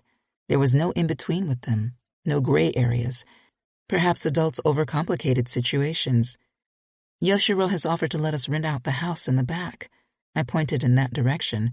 It's a 3-bedroom. Kia sat down in front of her sandwich. Why can't we live here? Shocked, I asked, what, live in the house with him? It's working out. Kia, we can't live with him like that. What? I feel like Daddy wouldn't come in here if he saw Yoshiro. He would be scared. Yep. Poppy finished making her sandwich. Instead of putting the turkey up, she sat down and began munching. We're not going to stay with Yoshiro in his house. I went over to the pack of turkey and put it away. It's his place. He's nice enough to offer us the rental over there. Munching, Kia nodded. And if Wyatt came around, Yoshiro would be there. And we'll still have the shotgun, Kia added. Yes. My throat grew weak. Are you nervous about Daddy coming? No. Kia drank some of her lemonade. We always win and get away. Hope filled me. While I'd saw all of those moments as failures, Kia had counted them as wins. For her, not being around Wyatt, not being trapped, was a victory. It didn't matter if we left with bruises. You're right, Kia. We always win. Jalen's loud laughter came from beyond the den. He must have been in the studio where Yoshiro painted. Kia shook her head. I bet Jalen is boring the hell out of Yoshiro. Poppy smirked. Yep. I love Poppy and her talking. Thank you, God. Curious, I headed back there, walking past the living room and down the hall. I hadn't been to his studio before. We'd already taken over a good part of Yoshiro's house. I wanted to maintain his privacy as much as possible. Jalen laughed again. But that could be true. Yoshiro's voice came next. You try, and you'll find it to be impossible. I rounded the corner and peeked in. They looked up. Yoshiro had a book open in his hand as Jalen held his stomach and laughed on the floor. Mommy, Jalen giggled. Yoshiro thinks Stryker is an idiot. I smiled and stepped in. Why? Yoshiro seared me with a heated gaze. I had to look away and focus back on Jalen. If not, I would have been lost in those eyes. After that confession, I could no longer pretend or ignore what was happening between us. Jalen rose from the floor and pointed to the page Yoshiro had opened. Yoshiro just got to the airport scene where Stryker blasts everyone, and Yoshiro thinks it would have been impossible for him to even get inside with the automatic. Hold up. I raised one hand in the air. The hero is involved in a mass shooting? No, Mommy. Jalen rolled his eyes. He's shooting up the bad guys. Yoshiro shook his head. There's no way Stryker could have gotten any automatic weapon to an airport gate, post 9/11. It's impossible. Jalen twisted his lips. Maybe he had it stored on the inside by an airport employee. The author didn't say that. He said Stryker ran through the security gate, shoved a TSA agent to the side, and chased after the men. There's no way that's happening. And the gun he's using would have been ineffective to get all 30 men. Jalen chuckled. Why? He never reloaded. I raised my hand again. I'm still stuck on the fact that he's shooting people in the airport, Jalen. Mommy, it's fiction. I told you it was about an assassin. Who's plowing down 30 people? They're bad guys. Jalen shrugged. Yoshiro smiled. They are bad men. I frowned at both of them. Really, guys? I don't think this is appropriate. Jalen opened his mouth. Wait, you can't take Stryker from me. It is my heart's desire. I tried not to smile. Your heart's desire? There's no sex. Jalen turned to Yoshiro. What do you think? Yoshiro shrugged. Besides the fact that none of these gun scenes are possible, it's pretty entertaining. After I finish this, I want to read book 2. Jalen clapped his hands. You're a fan now. I am. I shook my head at both of them. So, I'm just going to leave. Jalen did a big show of creeping away, because I feel like it's settled that I can read the series now. We'll still talk about it tonight. There's another book coming out next week, so maybe we can talk about it tonight and then do the pre-order? Jalen rushed off before I could respond. I turned back to Yoshiro. He'd been watching me, and that heated look returned. The book isn't that bad. No? It's a great escape for Jalen. Stryker is also a good guy. Even though he's an assassin, he helps women. In the first act, he saved a class from being bombed. I widened my eyes. But overall, I think Jalen fell in love with Stryker due to his past. I stepped in a little more. What's the hero's background? Stryker's father was abusive. He has flashbacks of his childhood. It's one of the things he deals with. He has a soft spot for abused kids. Oh my God, he's their hero. You think I should let Jalen read them then? Definitely. He marked his page and closed the book. I'll keep reading this series, because it really is entertaining. And I'll let you know if it gets to topics that may make you uncomfortable. But in the end, a book is always a great thing. You write them. You should know. I do. What are you writing now? I tried to change the topic and walked over to the easel. Only its back was showing. What are you painting? You? Stunned, I walked over to the other side. My own face greeted me. Damn. I know it's not that good. It's amazing. I touched my chest. That's how you see me? It doesn't even do you justice. I'm probably going to start over. Yoshiro, this is beautiful.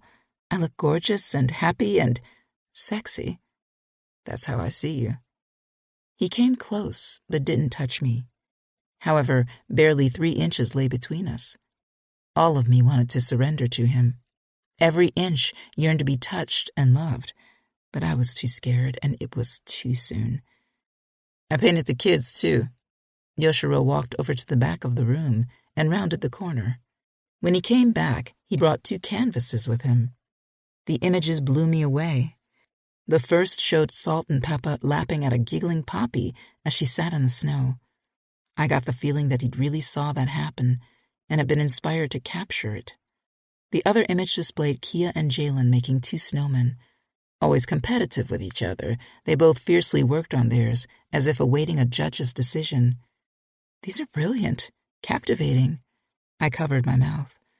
I was going to give them to you for Christmas, but since you came in, I got excited. These are so good. I definitely want them. I walked over and studied the paintings more. I'm going to hang them up in the house. Good. He set them down and leaned them against the wall. I'm glad you like them. I love them. It was in that moment I realized he stood so close to me. So close, If I extended my hand, I could touch his muscular chest. So close. If I rose to my toes, I could kiss him. He licked his lips, and my body came alive. Had he been having the same thoughts? He never answered my question. He kept his voice low. What are you writing about? You? I whispered. Shock hid his face. What? I'm writing about you and me, and the kids. Mabel is in a scene, too. Everything that's gone on in these past few weeks. I've just changed the names. He leaned his head to the side. I'm the hero. Of course. And you're the heroine. Yes. He smirked. So there will be a sex scene? I opened my mouth, but no words came out. He shrugged. You said you wrote erotic novels. Yes, but I don't know how erotic this one will get. Why not? Because, I shrugged, life is writing the book. He closed the distance, leaving only an inch between us. There will definitely be a sex scene. Oh, really? The book just might be 800 pages before it happens, but the sex will be there. I blinked. 800 pages. You think sex will happen before then? I cleared my throat. Well, if it's a good book and erotic of sorts, the sex scene should come earlier. His voice deepened. Then we should make that happen. As usual, he had me at a loss for words. I swore he breathed me in before whispering, but only when the heroine is ready.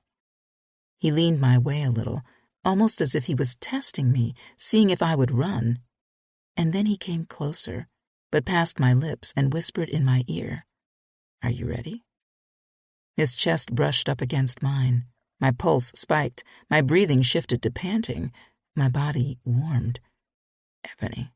He brushed his lips against my ear. Are you ready? For what? Training. He moved away and gave me a wicked smile. Training?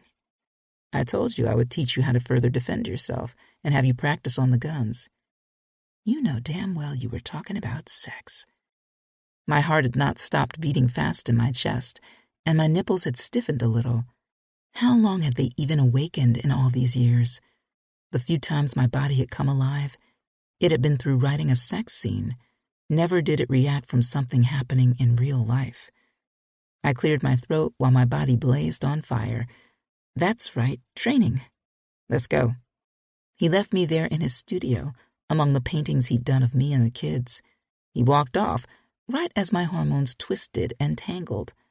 I caught my breath. For a second, I yearned for him to kiss me. Whether it had been a good idea or not wasn't the question.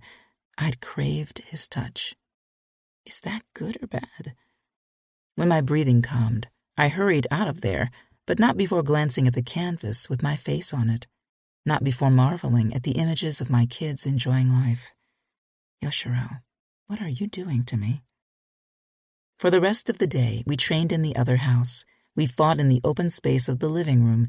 He taught me a few self-defense moves to make sure Wyatt never got more than a foot close to me. Yoshiro let me hit him, kick his legs, shove him down to the ground, yank at his long hair. And although it didn't look like any of it affected him, I felt weird assaulting him. Yoshiro pushed me further, telling me to hit harder, urging me to have no limits, go for the eyes, the balls, bite off Wyatt's lip if I had to. He taught me about all the sensitive points on the body and all the areas that would bring a man to his knees. And throughout all of the training and fighting, he touched me. There were moments where I was in his arms, strong and muscular, they wrapped around me. Sometimes the biggest struggle was not getting out of his hold, but not wanting to leave those muscular arms in the first place. Sometimes I loved the way he grabbed me from behind and pulled me against him. Sometimes it was hard to focus on the fact that we were fighting.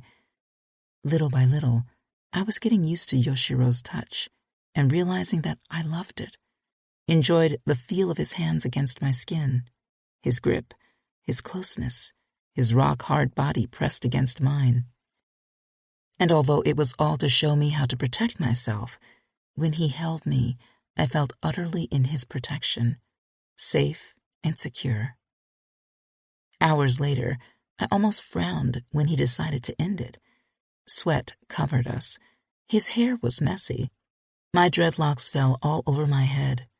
Part of his shirt had been ripped, exposing that chiseled six-pack of his.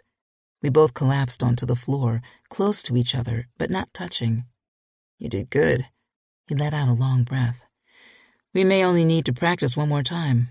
It's clear you know how to defend yourself." Panting, I looked at him.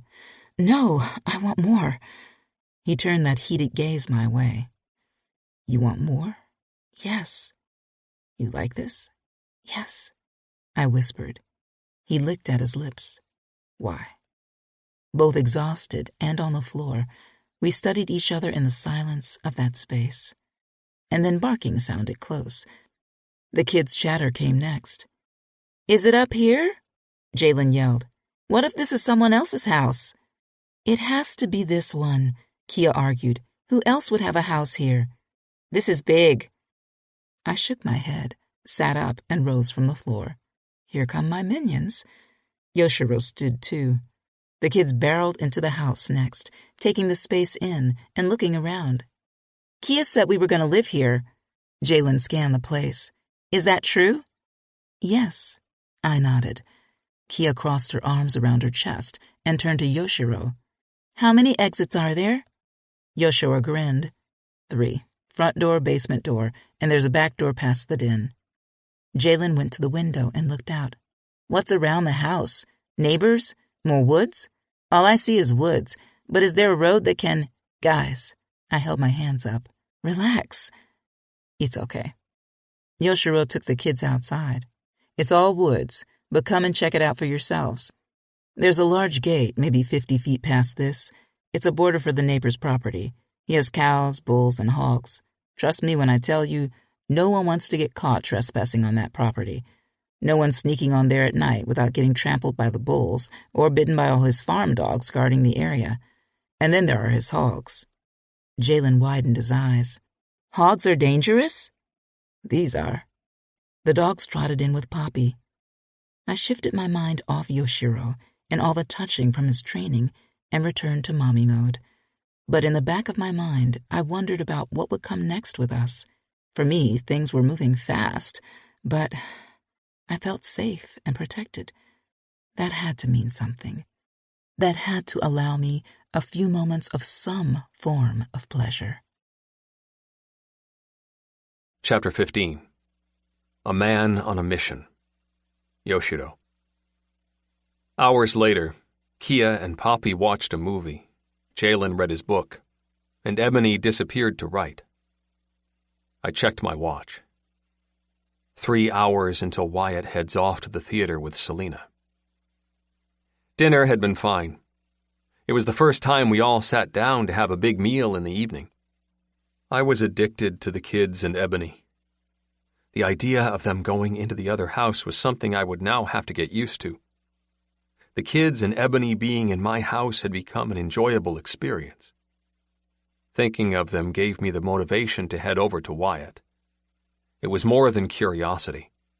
Now, killing him had shifted into survival. If he was gone, then they would be safe. And mine. I headed upstairs, went to my room, and changed. When I came out, I wore all black. Pants, sweater, and boots. Earlier that day, I'd put a bag in my truck full of all the necessary tools. Leather gloves, pick locks, guns, face mask, flashlight, and knives. Checking my watch again, I went to Ebony's bedroom. I was about to knock until I realized the door was open. She had her back to me as she typed on the old computer I'd given her. Is she writing more about us? She wasn't aware I'd entered. So deep in concentration, she mumbled to herself and typed some more. Those fingers danced over the keys. Those long dreadlocks swung with the movements. Damn, she's beautiful. Minutes passed as I watched her, unable to help myself. It would have been better if there was a mirror in front of her and I could catch the reflection of her lovely face. For these past weeks, I'd been jacking off to various scenarios that starred Ebony and I fucking in a variety of ways. One day it'll be real. When she looked up, she shrieked. Oh, shit! Sorry. I remained where I was, knowing that I'd startled her. I didn't want to interrupt. I was just... Writing that sex scene? She blushed. No, but I was writing about the training. I walked over. Can I read it? Absolutely not. She put her hands in front of the screen. Why not? Because it's private. You're going to publish it, and the story will be available to people all over the world. Still, I'm going to buy the book when it comes out. You don't know my pen name. You'll tell me by then. I won't. She rose from the desk and placed her hands on her hips. What are you up to? 4 feet lay between us. I moved in closer, leaving only a foot of space, trying to get her used to me being near. Tell me more about what you wrote on the training. I wrote about everything you taught me. I thought you had some good stuff to put in the story. Maybe others could learn from it. That's it? Yes. I winked. She stirred uncomfortably. What else would there be? The hot and heavy breathing during the training? She blushed again. There was no hot and heavy breathing. Perhaps that was just me. Perhaps. I decided to leave it alone for now. There would be time to push the matter further. Even if she admitted the truth, that she got hot from the grappling, the closeness, she wouldn't let me do more. But you will one day. Anyway, I smirked. I came in here to tell you that I was going out for a while. Her playful expression shifted to a neutral expression. Oh. Should I tell her? I didn't think she would want me to go. On the other hand, I didn't want to have too many secrets between us, not when I wanted her to trust me. I'm going to check on a lead with Wyatt. The worry increased. Her hands dropped from her hips. Wait. What? My friend has a new address for him. Where? Less than an hour away. Terror filled her eyes. Wyatt is with some woman named Selena. Do you know who that is? No. She shook her head. But regardless, I don't want you to go there. They're going to the movies at 10. I was going to go by there and... No, I'm serious. I don't want you to do that. He's dangerous. I'm more dangerous. Yoshiro, you can't. I'm an adult, Ebony. I'm going. I just thought you should know. Oh my God. She held both hands to her head. No, Yoshiro. I really don't want you to do this. I'll be back later tonight. Wait. She went over to the window. What about the roads and snow? You can't... They're plowed around here. If they hit this area, then the highways will be more than fine. And it hasn't snowed all day. Even if I got stuck, which I won't. Yoshiro, I don't want you to do this. Why not? I don't trust Wyatt. I don't want anything to happen to you. I smiled at her. Why do you have that expression on your face? I like that you care about me. She opened her mouth and then closed it. I handed her a sheet of paper. My number is on it. Call me if there's a problem. I have no indication that he knows where you are, but just in case, I have my friend Kevin's number on there too. God damn it. I quirked my brows, not used to hearing her curse. Terror shone in her eyes. How can I get you to stop? A kiss? I joked. That would make me stay. It sure would distract me, but even that would probably make me rush out even more. Why?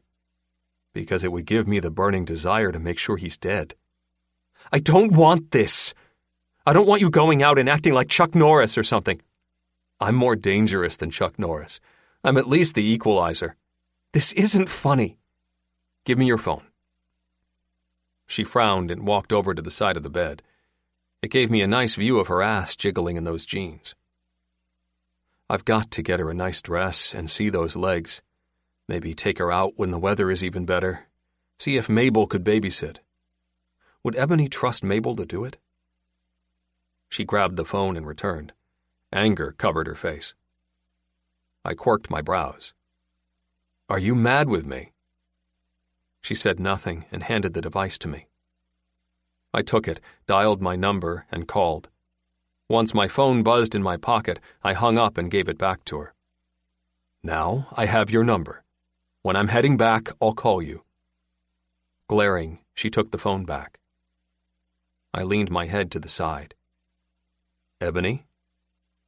"I can't believe you're going to do this." Her voice grew shaky. "What if something happens to you?" "Then take care of my dogs." "You're being an asshole." Her bottom lip quivered. I frowned and touched her hand. She was shaking.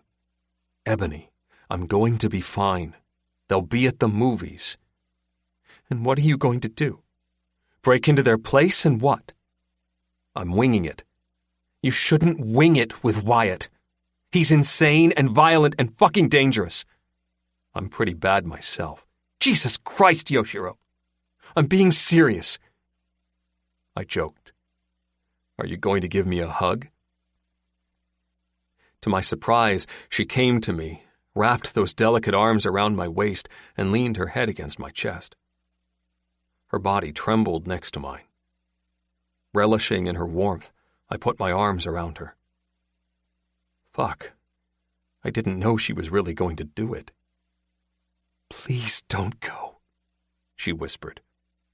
"I don't want anything to happen to you." I kept my voice low. "Trust me, Ebony. I'm good at taking care of myself." "Let me go with you, or—" "No. You should be here with the kids." She left my arms and I hated it. My body wanted her back. "I'll call you when I get ready to return. I promise." She glared at me again and didn't say anything. I ran my fingers through my hair, not liking that she was angry with me. Maybe I shouldn't have told her until I came back. No, that probably would have pissed her off more. Better she's mad that I told her the truth than lied. "I'll be back soon." I left the room. Quietly, she followed. We walked down the stairs. When we got to the lower level, I had the team to deal with. Kia looked up. "Mommy, what's wrong?" Jalen moved his attention from his book. Poppy stopped playing with the dogs. "I'm fine," Ebony mumbled. "I'm just walking Yoshiro outside." None of the kids returned to what they were doing. Guilt hit me. I had no idea they would all be on guard. It had been a long time since anybody worried about me. I put on my coat. Ebony did too. Jalen marked his page and closed his book. "Hey," I zipped the coat up. "I'll be back soon. It won't be that long." Silence continued. The only ones that had paid me no mind were Salt and Peppa, who lounged next to Poppy. Kia and Jalen exchanged glances. This is a tough group. I headed for the door, unable to deal with their stares anymore. If the kids said they didn't want me to go, I might have remained. It would have been a double team for sure. A blast of cold air gushed in when I opened the door. I left. Ebony followed. After the door closed, I glanced over my shoulder. "You don't have to walk me to the truck." She crossed her arms over her chest, probably guarding herself from the cold. "Are you taking guns?" "A lot of them, and my tools from the old days." She shook her head. "You don't have to do this." "I do." "Why?" I stopped and faced her. "Because I like having the kids and you around, safe and protected. I like hearing your laughs. I love watching you smile. I think that maybe we could all have something here. A long-lasting friendship. Family. I don't know. Pick one of those." Ebony lowered her gaze. "We can have that without you going Wyatt's way. Don't worry. He'll come to us eventually." "That's not how I move. I'm not defensive. I'm offense all day." I stepped closer to her, gently took her chin, and lifted her focus up to mine. "Thank you for caring, but I'll be fine." She shivered. I tensed from her reaction. I watched her swallow, watched that beautiful mouth strain as she tried to form the words that didn't come out. I thought about the way she felt in my arms earlier. "Please don't worry about me." Sighing, Ebony looked up at me. "Please be careful. I don't know what we would do without you, and I mean it. If you feel like you're in danger, then please get out of there." My breath caught in my throat. At that moment, I loathed myself for doing this to her, making her worry so much. "I promise I'll get out." She widened those beautiful eyes. In the moonlight, they shimmered, big and brown, lovely and gorgeous. I could never capture their beauty on my canvas. She was so captivating, I yearned to yank her to me and kiss her so deeply she shivered for me, and not in fear. A few of those long locks fell across her cheek. I reached out and brushed them back. My fingertips slipped along her soft skin. I dragged myself away, amazed at my self-control. Every part of me wanted to stay. It took everything in me to leave. I knew if I glanced over my shoulder, I wouldn't be able to walk forward. When I started the truck, I glanced in the rearview mirror. Thankfully, she remained several feet from my truck and stayed there with that pissed look. "Damn, woman. Remind me to never make you mad. I don't ever want to see that expression again." I drove off. A few times I came close to turning back around. But I knew that even though Ebony worried, this had to be done. I didn't know what Wyatt's next move would be. I didn't know what was going through his head. It was clear Wyatt messed around with other women the whole 3 years Ebony ran. However, that never stopped him from terrorizing her. Those women were nothing. Ebony represented everything. The lucky bastard had been married to her for 14 years. He knew how soft her skin was, how she moaned, how amazing she was. For that, it was enough for me to want to kill him. But the fact that he'd hurt the kids and Ebony, it meant that I would never give up when it came to trying to hurt him. She's going to have to understand. This is just the beginning. I won't leave Wyatt alone until he's dead. Chapter 16. Breaking In. Yoshiro. It took me less than an hour to get there. Not many were out on the roads. They'd been plowed good. The tires didn't slip. No snow fell. While Ebony hadn't approved of my night venture, it appeared the universe backed it.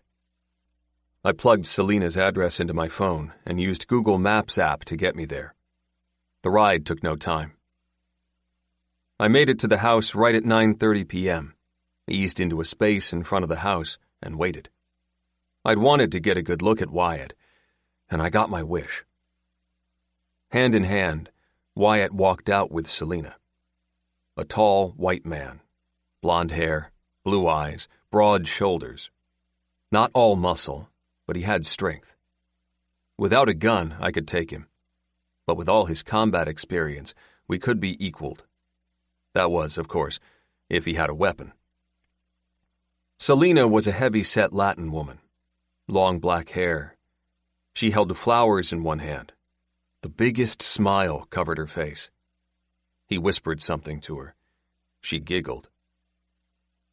I guess the flowers, pizza, and movie tickets were enough to forget about the restraining order you put on him. Let's hope he won't lose his temper with you this week. How much do you know about his wife and kids? I remained in the shadows as they got into the car parked in the driveway. The whole time, I continued to assess Wyatt. He limped. Each few steps, he held his crotch like he was in pain. Ebony got your ass good, didn't she? Due to him buying the porno flick at the hotel, I figured he could still use his dick. Hope you enjoy yourself. You'll be in a morgue soon. Live it up." They drove off. I waited in the car for 20 more minutes, just in case they happened to drive back due to forgetting something.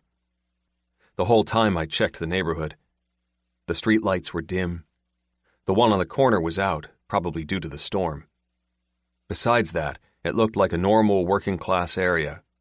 Curtains covered windows. Nobody appeared to be looking out. So cold, no one sat on the porches or hung about. When I was sure Wyatt and Selena wouldn't return, I dug into my black bag, put the face mask on, pulled out the Glock, and kept the pick locks in my pocket. I checked the Glock again. 17 bullets rested in the gun. I put a spare magazine in my other pocket, set an empty book bag on my back, and left the truck. If Wyatt returned, he would be full of bullets. Hopefully, Selena wouldn't get in the way. I placed the gun in my waistband, left the truck, crossed the street, stayed within the shadows, and headed to the far side of the garage. Adrenaline coursed through me. I had no idea if Selena had an alarm or if anyone had caught me. I would have to be quick, get as much information as I could, and leave. Maybe I can go to the theater, kill him, and move on. Excitement pumped through my blood, making my heart slam in my chest. No. Too public. I don't want the cops on me. In Chicago, I could be sloppy, get the target outside, and know that the mob would cover it. They had enough police on payroll to make most evidence go away. Now, I would have to plan my killing out and make sure all grounds were covered. Putting on black gloves, I scanned the neighborhood, saw no activity coming from any of the other houses, and snuck into Selena's backyard. The back door had a simple lock. It took less than a minute to get through. When I opened it, no alarm came on. No dog appeared. I stepped inside. The small living room was completely empty. 2 old pizza boxes sat on the table next to an open 6-pack of beer. All of the cans had been crushed and left by the boxes. I waited for a few seconds but heard nothing. I went to the window, slowly opened the curtain wide, and let the moonlight in. The nightly beams illuminated more. With that, I took my time going through everything, lifting the couch cushions, checking for anything interesting that I could find. In the kitchen, I turned on my flashlight, but made sure it was low. I spotted 2 bottles from the Portland hospital. One was antibiotics, probably to stop any infection. The other was pain pills. I took them into the bathroom next to the living room, opened the bottles, poured them in the toilet, and flushed. Fuck you, Wyatt. Hopefully you won't blame Selena, but you don't deserve to heal. And the last thing you need is anything to stop the pain. Placing the pills back on the counter, I shut off the flashlight and listened for any noise. Only silence came. I crept up the stairs and checked the first bedroom. When I shut on the flashlight, I spotted men's shoes by the bed and a small suitcase. This has to be where they sleep. The bed was unmade. Blankets were wrinkled, sheet halfway off and exposing a dirty mattress. An empty bottle of gin sat on the nightstand. A long dildo rested on the other with a big tube of lube next to it. Who needs the dildo, Wyatt? You or her? I went back to her bedroom and checked the nightstand with the empty bottle. Keys lay next to it. Wait, you didn't take your car? I pocketed the keys, went over to the suitcase, and checked it. The luggage held men's clothing. Further search produced 2 guns. I put them in my book bag. Thanks, Wyatt. I unzipped the inner pocket of the suitcase, felt a book, and pulled it out. What's this? I put the flashlight on it. A journal? You're sharing your thoughts? I opened it, browsed a few pages, and read. I'm going to cut that bitch, slice her skin, and peel it off. She ruined my life, took everything from me. My career, my kids, my happiness. That bitch is going to die. Rage boiled in me. 3 more pages had Ebony's name written over and over in erratic scribbling. I considered what I would do with it. An idea came. I put the flashlight down, tore out all the pages he'd written, and placed them in my book bag. It took a minute to find a pen off Selena's dresser. When I found it, I wrote in the few pages that were left. You don't know me, but I'm going to kill you. Sincerely, your new friend. With that, I closed his pathetic journal and slid it back in its place. It hadn't been my most mature moment, but it was time for Wyatt to run. Time for him to be anxious and scared. It was his moment to look over his shoulder and wonder who might be coming after him. I returned to rummaging through Selena's bedroom and searched the whole space carefully. The room was dirty, but I found nothing of significance. The rest of the stuff was hers. Clothes, makeup, 2 bottles of oxycodone with another person's name on the label. I saw no sign of an occupation, but it didn't matter. I hadn't come here for her. I left the room and went to the other ones. Although furniture and things were in there, it appeared unused. Dust on the desk, old pictures of teenagers. Selena's kids must have been long gone from the house, perhaps college or military. I found no signs to tell me anything more, just that teenagers had lived here long ago. I returned to the first level and realized I'd missed a small room behind the stairs. I checked my watch. Almost an hour had passed. I went to the door and turned the knob. Locked. Interesting. The lock was the typical brass deal found in most homes. Nothing fancy or high security. One that could be opened with the end of a wire hanger. I pulled my lockpick out, stuck it in, and twisted. The lock clicked. The door opened. I stepped inside and shined the flashlight on the wall. While this was Selena's house, it was clear that she'd given Wyatt the room. I didn't know what he had told her. Perhaps he'd said he used it for an office. Maybe it was his man cave while he visited. But for now, he'd used it as his headquarters to find Ebony. No wonder it's locked. I doubt Selena would like you being obsessed with your wife. I walked to the wall on the right. He'd taped a map of Oregon on that one. I checked the left wall. It held a map of Washington. Several more unfolded maps rested on the desk. A chair sat behind the desk. Can't find Ebony? It must be burning you up inside. You don't have your mother-in-law to help. What will you do now? I went back to the Oregon map. Red pins stuck in some cities. Black pins sat in others. He had a system, but I wasn't sure what it was. Either way, none came close to Tenino. He wasn't even close to figuring out her location. I bet you told Selena some story that Ebony took the kids. Men always lie about their exes when the whole time they were the bitches. Boxes of ammo sat on the desk, along with another gun. I took those. My book bag hung heavy on my back. I covered every inch of the office with the flashlight beam. There was no television, no computer. Thick drapes pulled across the window. A pile of boxes stood on the only wall without a map. Each was sealed with stripes of thick tape with the words "Top Secret" printed on them. I walked over, lifted one of the tops, and looked inside. Tons of folders had been placed inside. I pulled one out and opened it. Military records. Deployment notes. None of them have his name on them.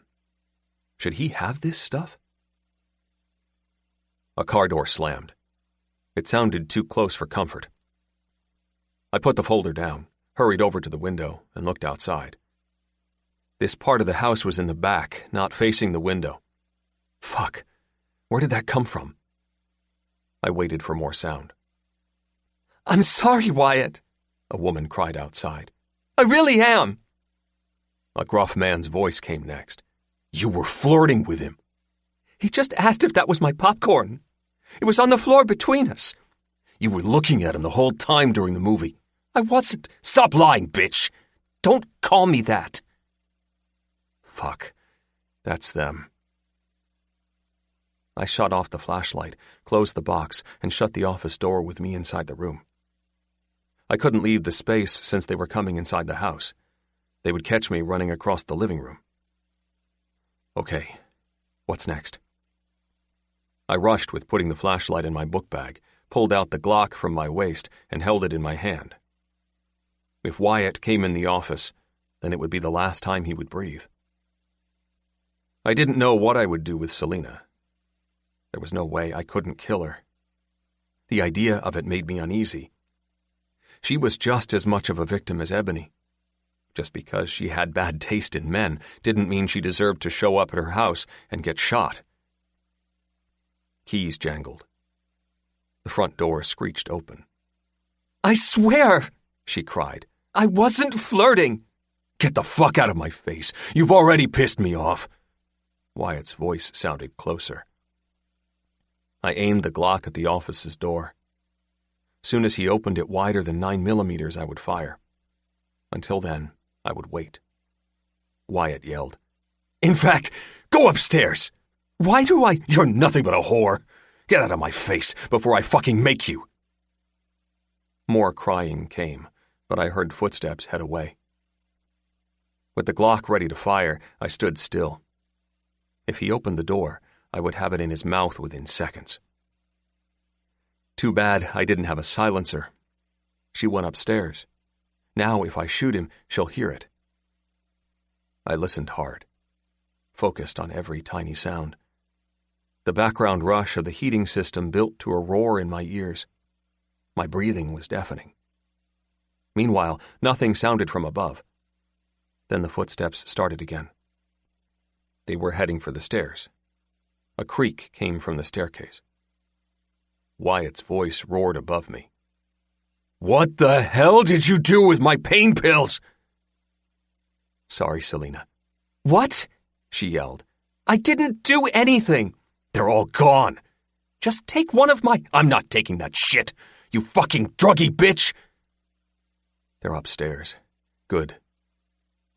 Quickly, I opened the door, closed it, and slipped away. Selena whined. Don't you talk to me like that! I'll call the police! Oh, yeah? Wyatt's voice boomed from upstairs. And I'll tell them about the pills you steal from all the elderly you watch. You shut your mouth! With the Glock in the air, I crept across the living room. Wyatt roared back. I'll say whatever the fuck I want! No wonder she left you. You're mean, and now you can't even get it up. A boom came like he slapped her. She screamed. Wait, baby. Wyatt's voice calmed, but not by much. Wait, I'm sorry. Get out. I swear, I'll call the cops. Hey, you made me do it. If you would just stop playing around and hiding my pills. Where are they? I didn't hide them. I got to the back door, opened it, and left. I could hear their arguing outside, but the words were muffled. I lowered the Glock at my side, not wanting any neighbors to catch sight of it, just in case they peeked out their windows. Moving through the shadows, I left the backyard, hurried across the street, got into my truck, started it, and drove away. That was close. Too bad you came back with Selena. Should have come back by yourself. I yanked the face mask off and slung it on the passenger seat. I wish I knew which one was his car. If they hadn't got back so fast, I could have gotten rid of it. I dug my hands into my pocket, pulled out my phone, and quickly texted Ebony. Me. I'm heading home. Everything is fine. The phone rang. I answered. Hello? Ebony's sweet voice came on the line. Are you okay? I'm fine. Jesus Christ. I'll be there soon. I spotted a cop car rounding the corner. I should get off the phone. I'll talk to you when I get home, but everything's fine. Okay. Hurry and be safe. The cop car got behind me. I'll talk to you later. I hung up and maintained the appropriate speed. It wouldn't be good if a cop stopped me now. The black face mask would look suspicious in the passenger seat. In my bag, I had Wyatt's guns. He could have had all types of bodies attached to it. My heart boomed in my ears. 6 blocks later, the cop turned off. Sighing, I turned on the highway and headed home. But the cop being behind me gave me a good idea. I called Kevin. He answered. Rock and roll music sounded from his side. He must have been in the Titty Palace. Hey, Yo-Yo, do me a favor, please. Sure. You still have that burner phone? I have a few now. Call the California cops and give them the address for Wyatt. Let them know that their suspect is at that Vancouver location. Got you. But why are you suddenly against this Wyatt guy? You never gave me the background. I'll tell you later. Tell me now. Why don't you come by the club? It's packed. Not tonight. I've got things to do. Oh, really? He asked. Yeah, I'll tell you more about that later, too. It looks like you are finally living. Perhaps. Chapter 17. Bullet Kisses. Ebony. The sound of Yoshiro's truck roared outside. I made myself stay on the couch. My nerves had been in a frenzy all night. He's back. Thank God. I just have to make sure he's okay. Minutes later, the door opened. I looked up. Holding a big book bag, Yoshiro stepped in and set the bag on the floor. Lucy, I'm home. Frowning, I rose from the couch. Are you okay? No scratches or bruises. He shut the door, walked over, and stopped a foot in front of me. How are you? Don't worry about me. What happened? He scanned the space. Where are the kids? In bed. Stop avoiding my questions. Yoshiro curved those lips into a wicked smile. Relax, Ebony. I'm fine. I'll tell you everything. I reached my hands out and then brought them back to me. He looked at them. What were you going to do? See if you were hurt. He raised his hands in the air. Go ahead. I love it when you touch me. I glared at him. I can't believe you're still mad at me. Did he see you? No, but I saw him. He grinned. Twice. I trembled. His grin left. Ebony, I'm sorry. I'm just trying to make light of the situation. This is not a funny thing. He's caused you terror, but understand, I'm not afraid of him. Slowly, he opened his arms. Can I get a hug?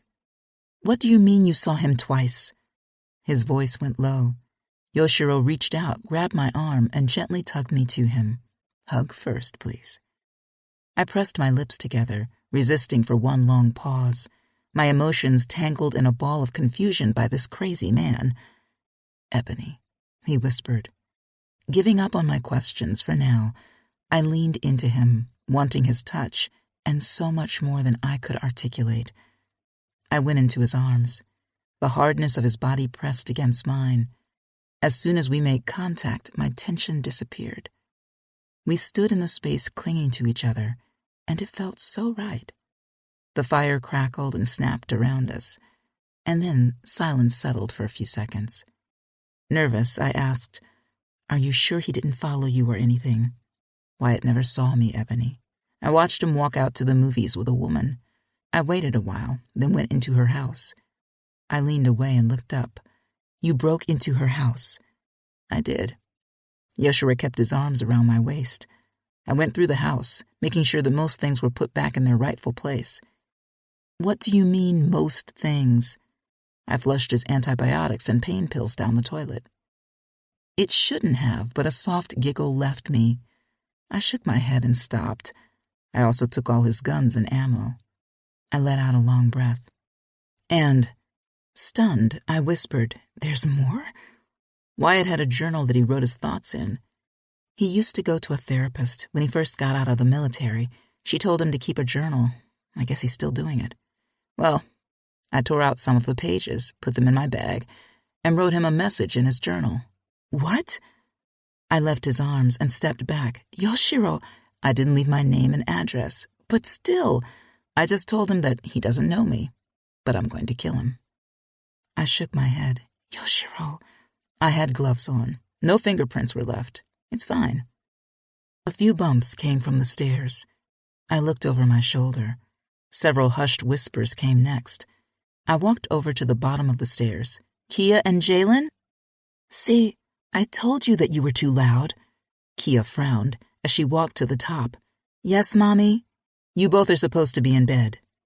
Jalen got to her side. We wanted to know what happened. I placed my hands on my hips. Go to sleep. Yoshiro walked up to the bottom of the stairs and waved. I'm fine, guys. Kia went down one step. You saw my daddy? Did you fight him? Jalen asked behind her. Yoshiro cleared his throat. He didn't see me. I just wanted to make sure he was far away, and you all were safe. I confirmed it. The kids looked my way. You heard it yourself. I frowned at them. Everyone is safe. Good night, guys. Kia mumbled something as they both headed back to their room. Once the door shut, I turned to Yoshiro. You said you saw Wyatt twice. What does that mean? He ran his fingers through his hair. I found a sort of office that he uses. It had maps on the walls. He's trying to figure out if you're in Oregon or maybe fled to Washington. He has pins in the capitals and big cities. None of the pins are near us. He knows I prefer urban life to small towns. He also had boxes full of military records. I didn't know what was in the other ones. While I was looking through the first ones, I heard Wyatt and Selena return. Jesus, I murmured. You were in the house when they entered? I snuck out. You can't do that again. I won't. But his eyes said that it didn't matter. He had other plans. I hugged myself. That was dangerous. It wasn't. Thank you. Although I kind of don't want to say it. I don't want you continuing to put yourself in danger. But you are relieved with the information? He leaned his head to the side. Tell me the truth. I am. You feel better now that you know Wyatt has no guns, no idea where you are, and is on pain meds, which are now swimming in the sewer? I had to admit it. Yes, I feel more relieved and less anxious. You're welcome. He winked. I frowned. Please don't do it again. He walked off. I reached out and grabbed his arm. He glanced over his shoulder and returned to me. Promise, please. I promised that I won't break into Selena's house again. My frown deepened as I let his arm go. That was pretty specific. Wyatt isn't off my radar, but I'll try to make sure that I don't do anything to make you worry again. Yoshiro walked off, got to his bag, and picked it up. I should put the guns in my bedroom so the kids don't find it. Come on. I quirked my brows and followed him upstairs. How many guns was it? 3. Several boxes of ammo. He could still have another one in his car. I have his keys, so that'll bring more chaos for him. A smile broke onto my face. Jesus, you took his car keys too? I did. I like to cause mayhem.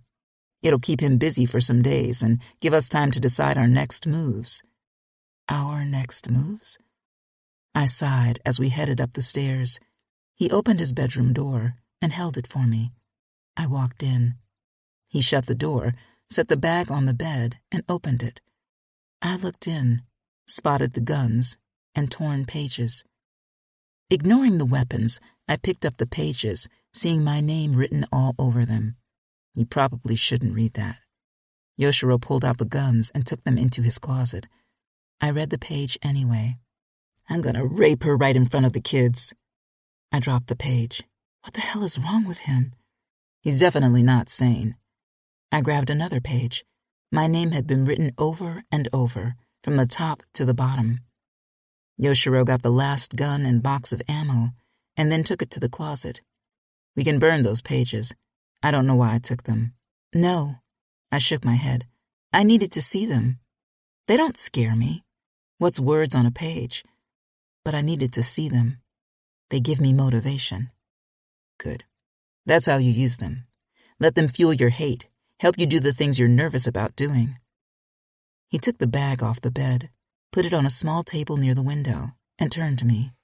So, yes, Wyatt needs to die. You realize that? I knew that 3 years ago. I was just trying to find other ways. And it didn't work. He's not going to give up. Yoshiro dug his hand into his pants and pulled a bullet out. I thought Yoshiro was going to give it to me, or explain why there was one in his pocket. Instead, he twirled it between his fingers. I know you're not ready to do the hard part. Killing Wyatt? Yes. So I tried another option. We'll see what happens. Worry coursed through my blood. What option? I had my friend call the police and give them Selena's address. A crease lined his forehead as his brows knitted. Apparently, Wyatt is wanted for questioning. For what? There's a woman missing in California. Her name is Cynthia Henderson. Does that sound familiar? No, I don't concern myself with any woman he messes around with. I've never heard their names, although I know there has been a few. Once he started hitting me, sex for us stopped. I couldn't... I understand.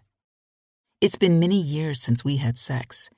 I figured he messed with others. I shrugged. But you said she's missing?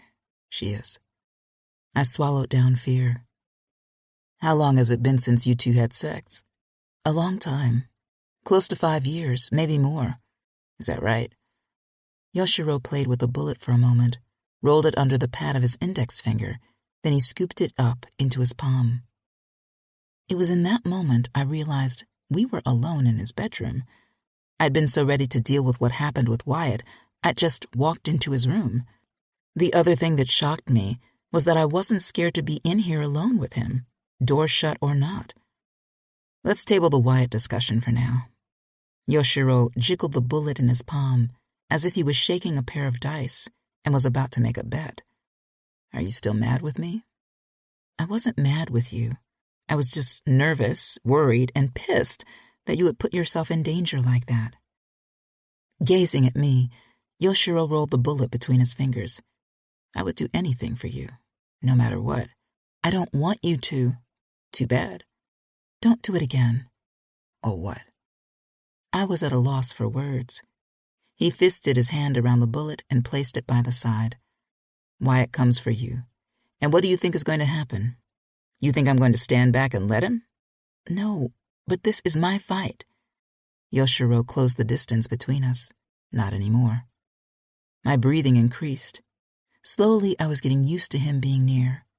My body was not only comfortable with his closeness, it was starting to crave his hardness pressed against mine. Still, I stirred, unsure of what to do. I didn't want to run away, and I wasn't sure if I should do more. I lowered my gaze to his hand holding the bullet. Is that lucky for you? He lifted the hand, opened it, and exposed the small metal object. This bullet? Yes. You keep playing with it.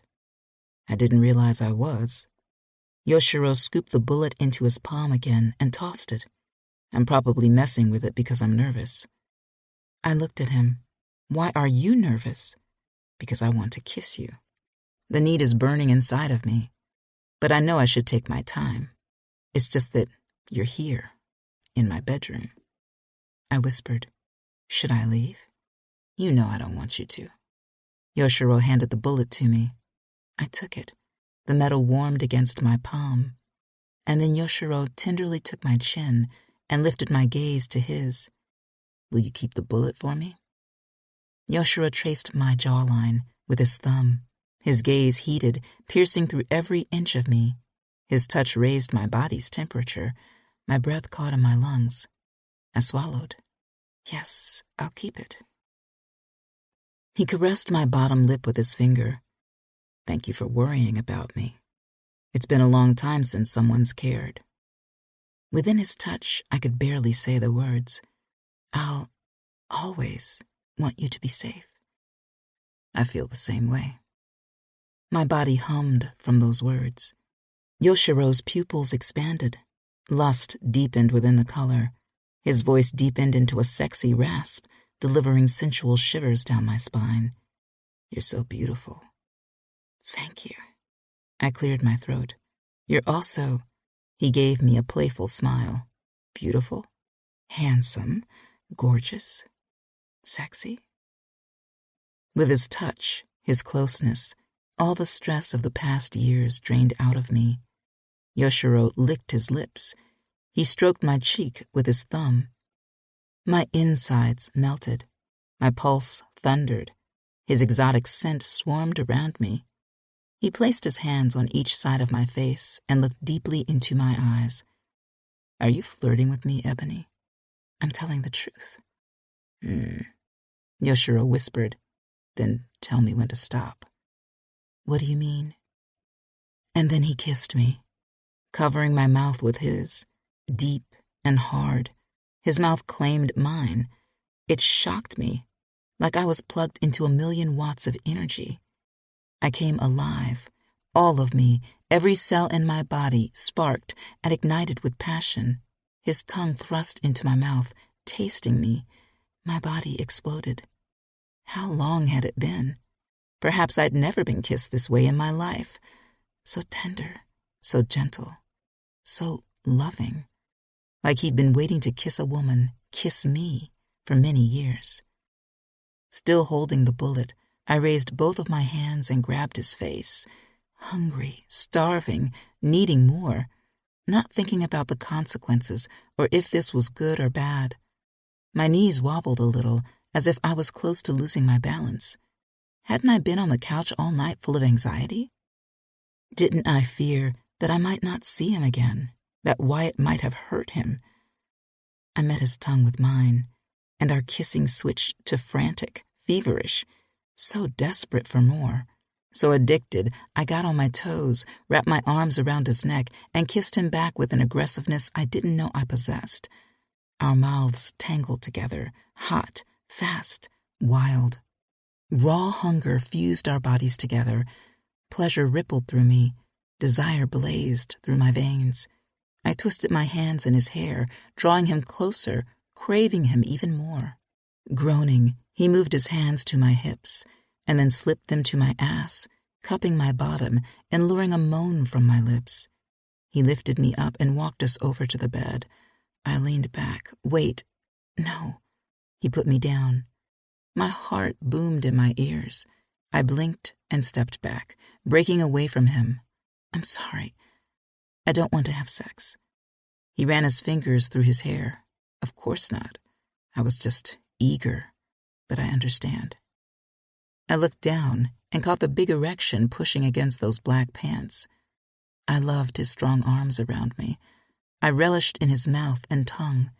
Every part of that past moment had been amazing.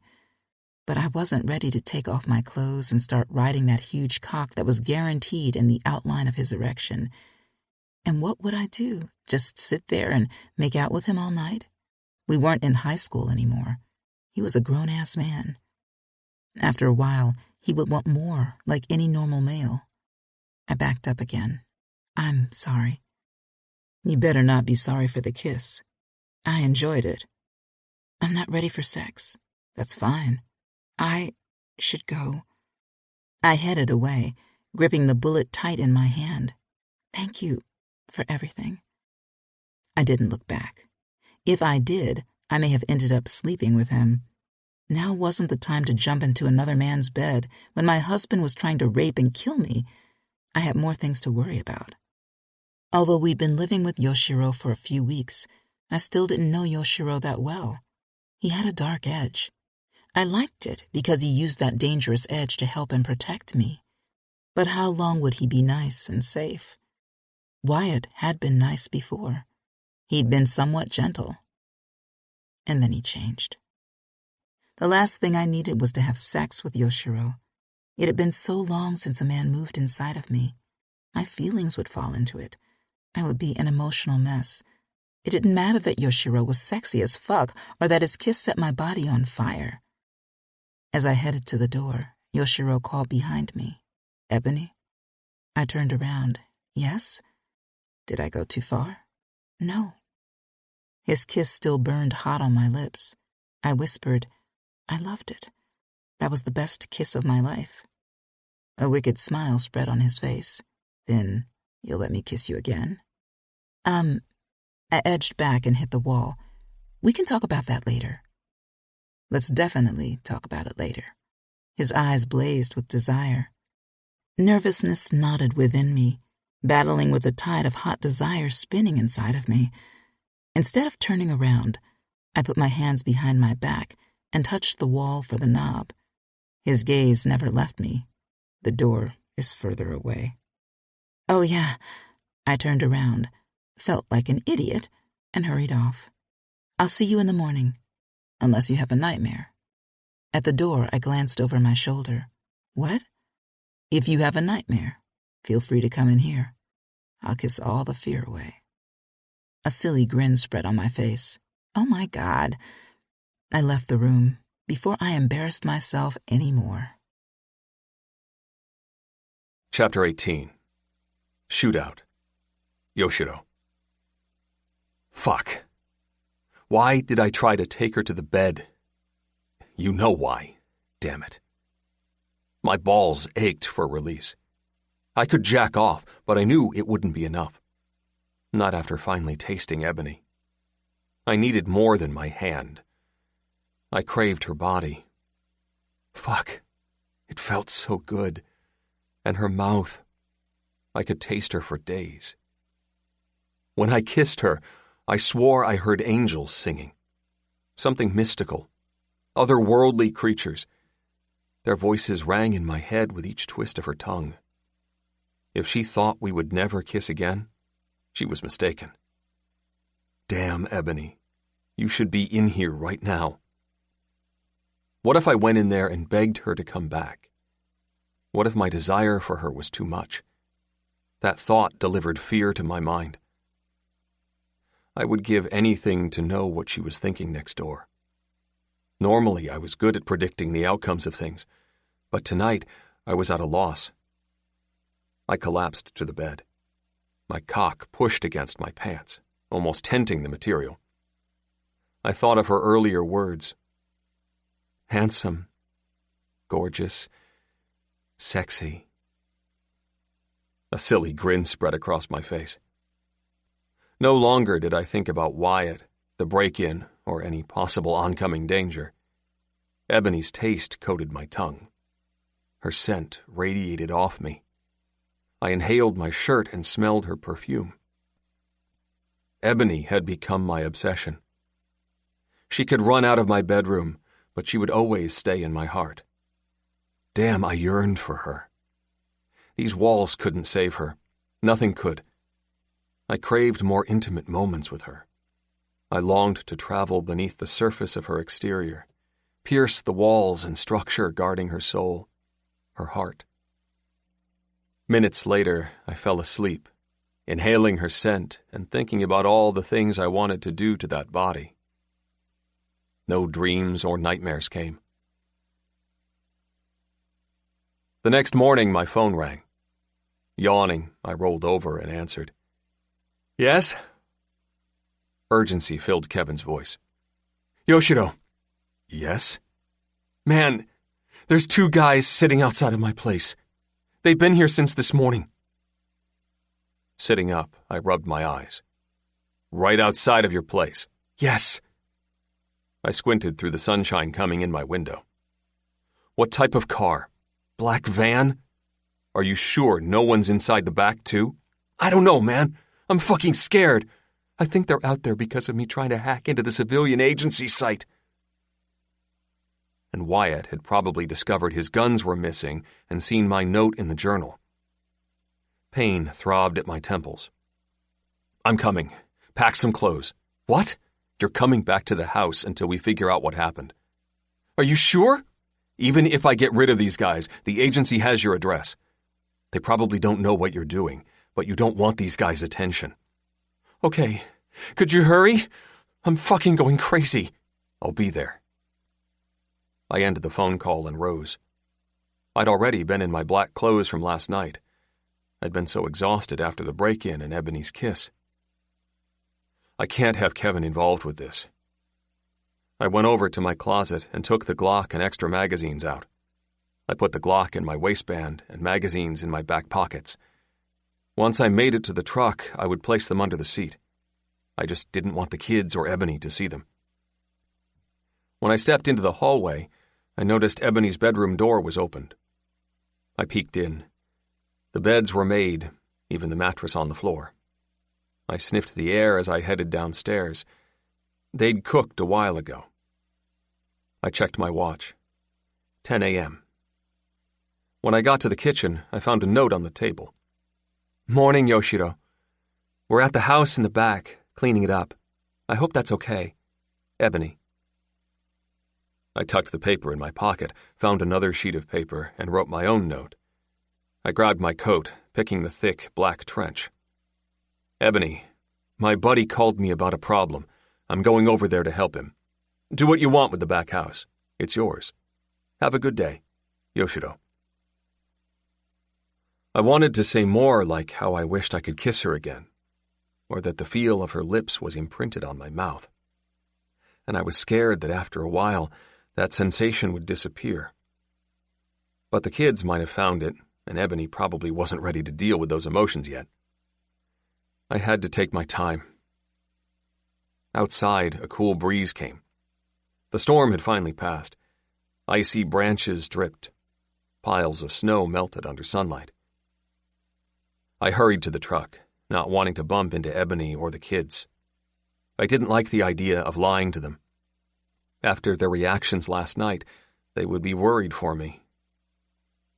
It took around 20 minutes to get to Kevin's place.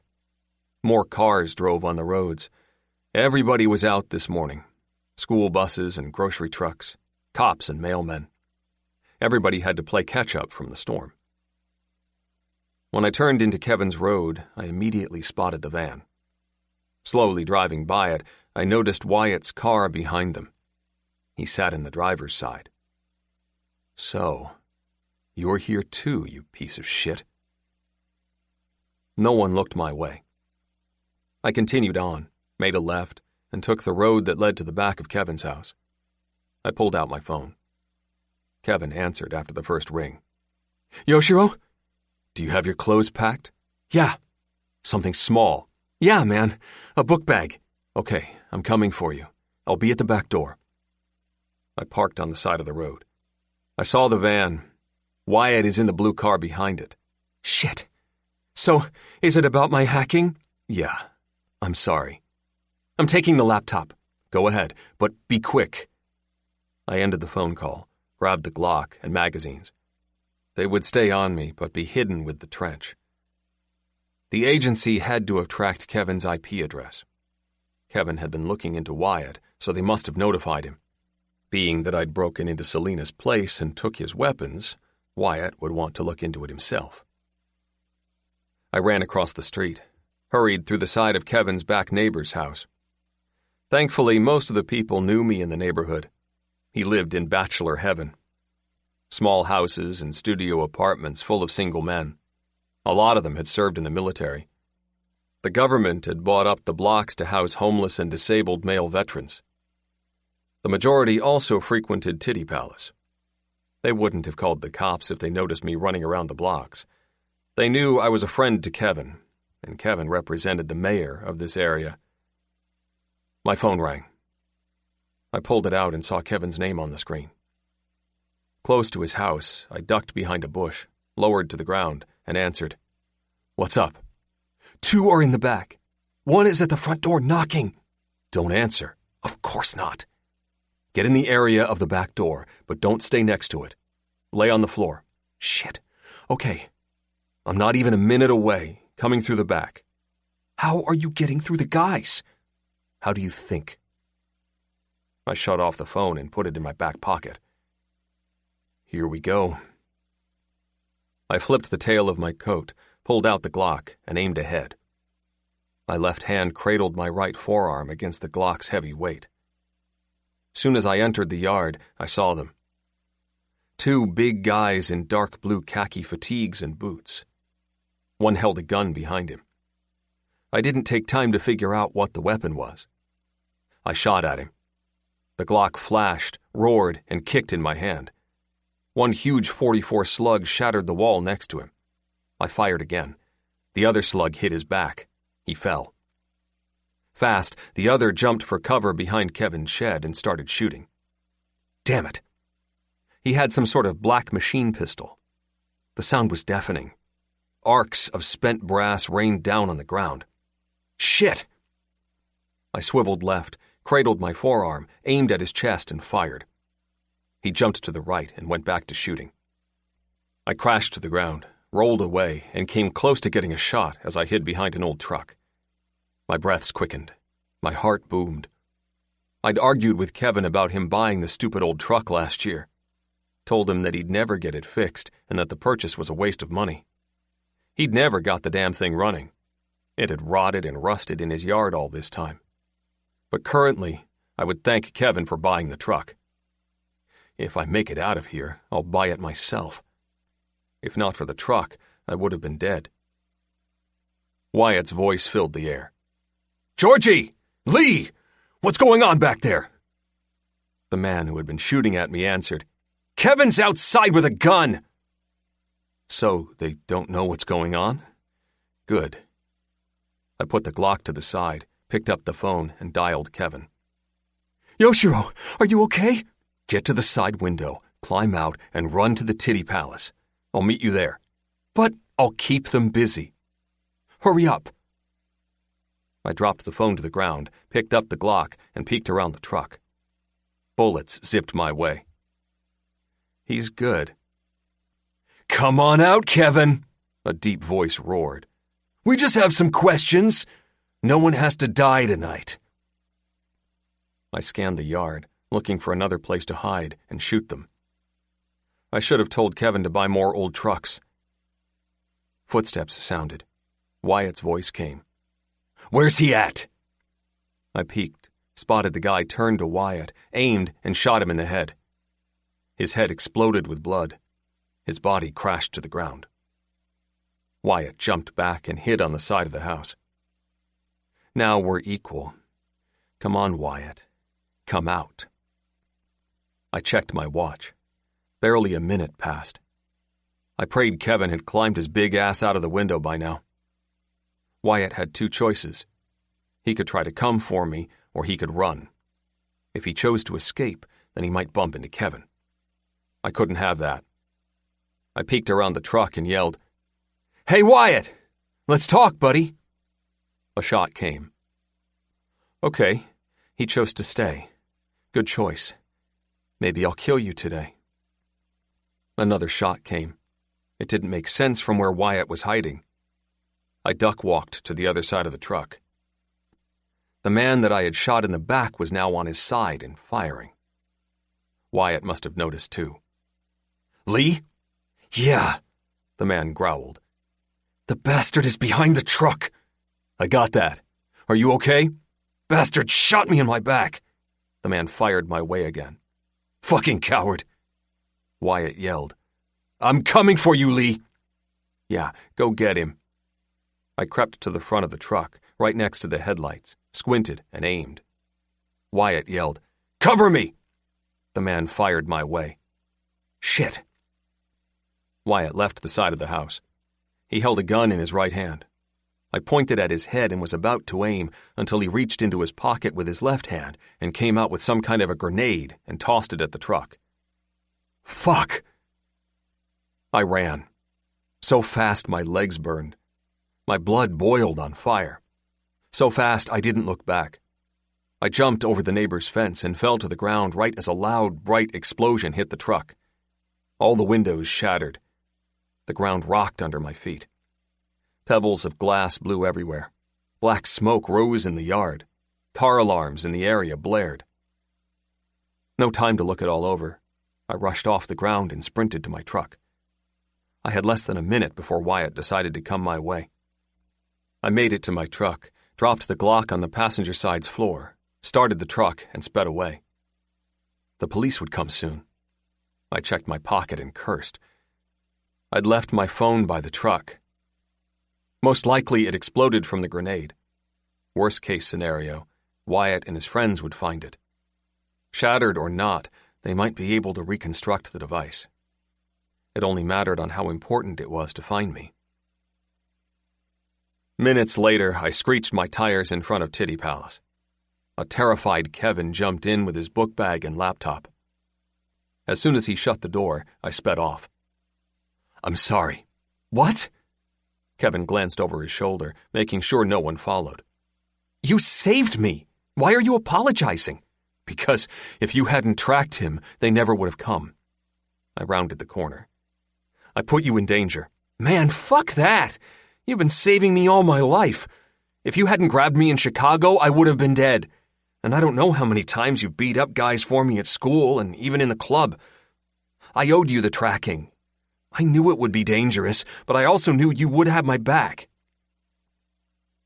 I wiped the sweat off my head, rounded the corner, and calmed my speed to normal. Kevin glanced my way. Yo-yo? I checked the rearview mirror and didn't see any sign of anyone following. What? So, are you going to tell me what's up with this Wyatt guy?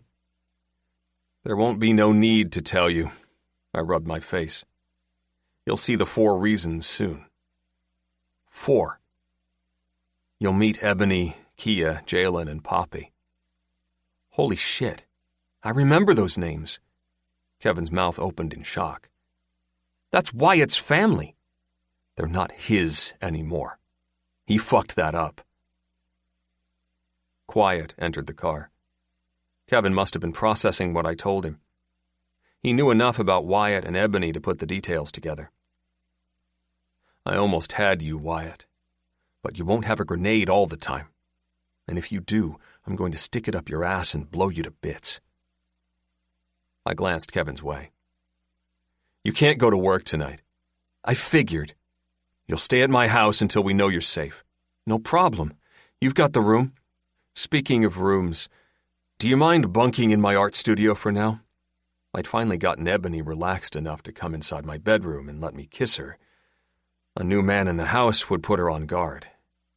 If Kevin slept upstairs, she might get nervous.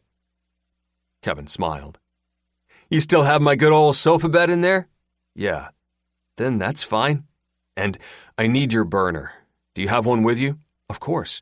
Good. My phone was in the explosion. Got you. Chapter 19. True Sacrifice. Ebony. Christmas would be in a week and a half. As I made the kids' plates and set lasagna on them, I wondered what I would cook for the holiday. Yoshiro would probably want to do the meal. Hopefully he would be warm to us doing it together. The thought of that kiss hit my head. What do you think, Mommy? Jalen looked at me. I blinked. Huh? I know we may not have money to buy presents, but we could all make them. Oh, I cleared my throat. Yeah, homemade gifts are the best. And of course, once I'm paid, we'll celebrate then. My budget will be better. The rent Yoshiro wants is low. In these past 3 years, Christmas on another day had become our tradition. Payday always hit afterwards. No matter how I saved in November, emergencies and escape money came up. New Year's Eve tended to be our Christmas day. Kia took a bite of her food. Do you think Yoshiro will let me borrow some of his paint? Maybe. I took the tray of lasagna back and set it on the stove. Should we get him something? Jalen asked. Yeah, I nodded. He's helped out a lot. I can't wait to move into our new place. Kia giggled.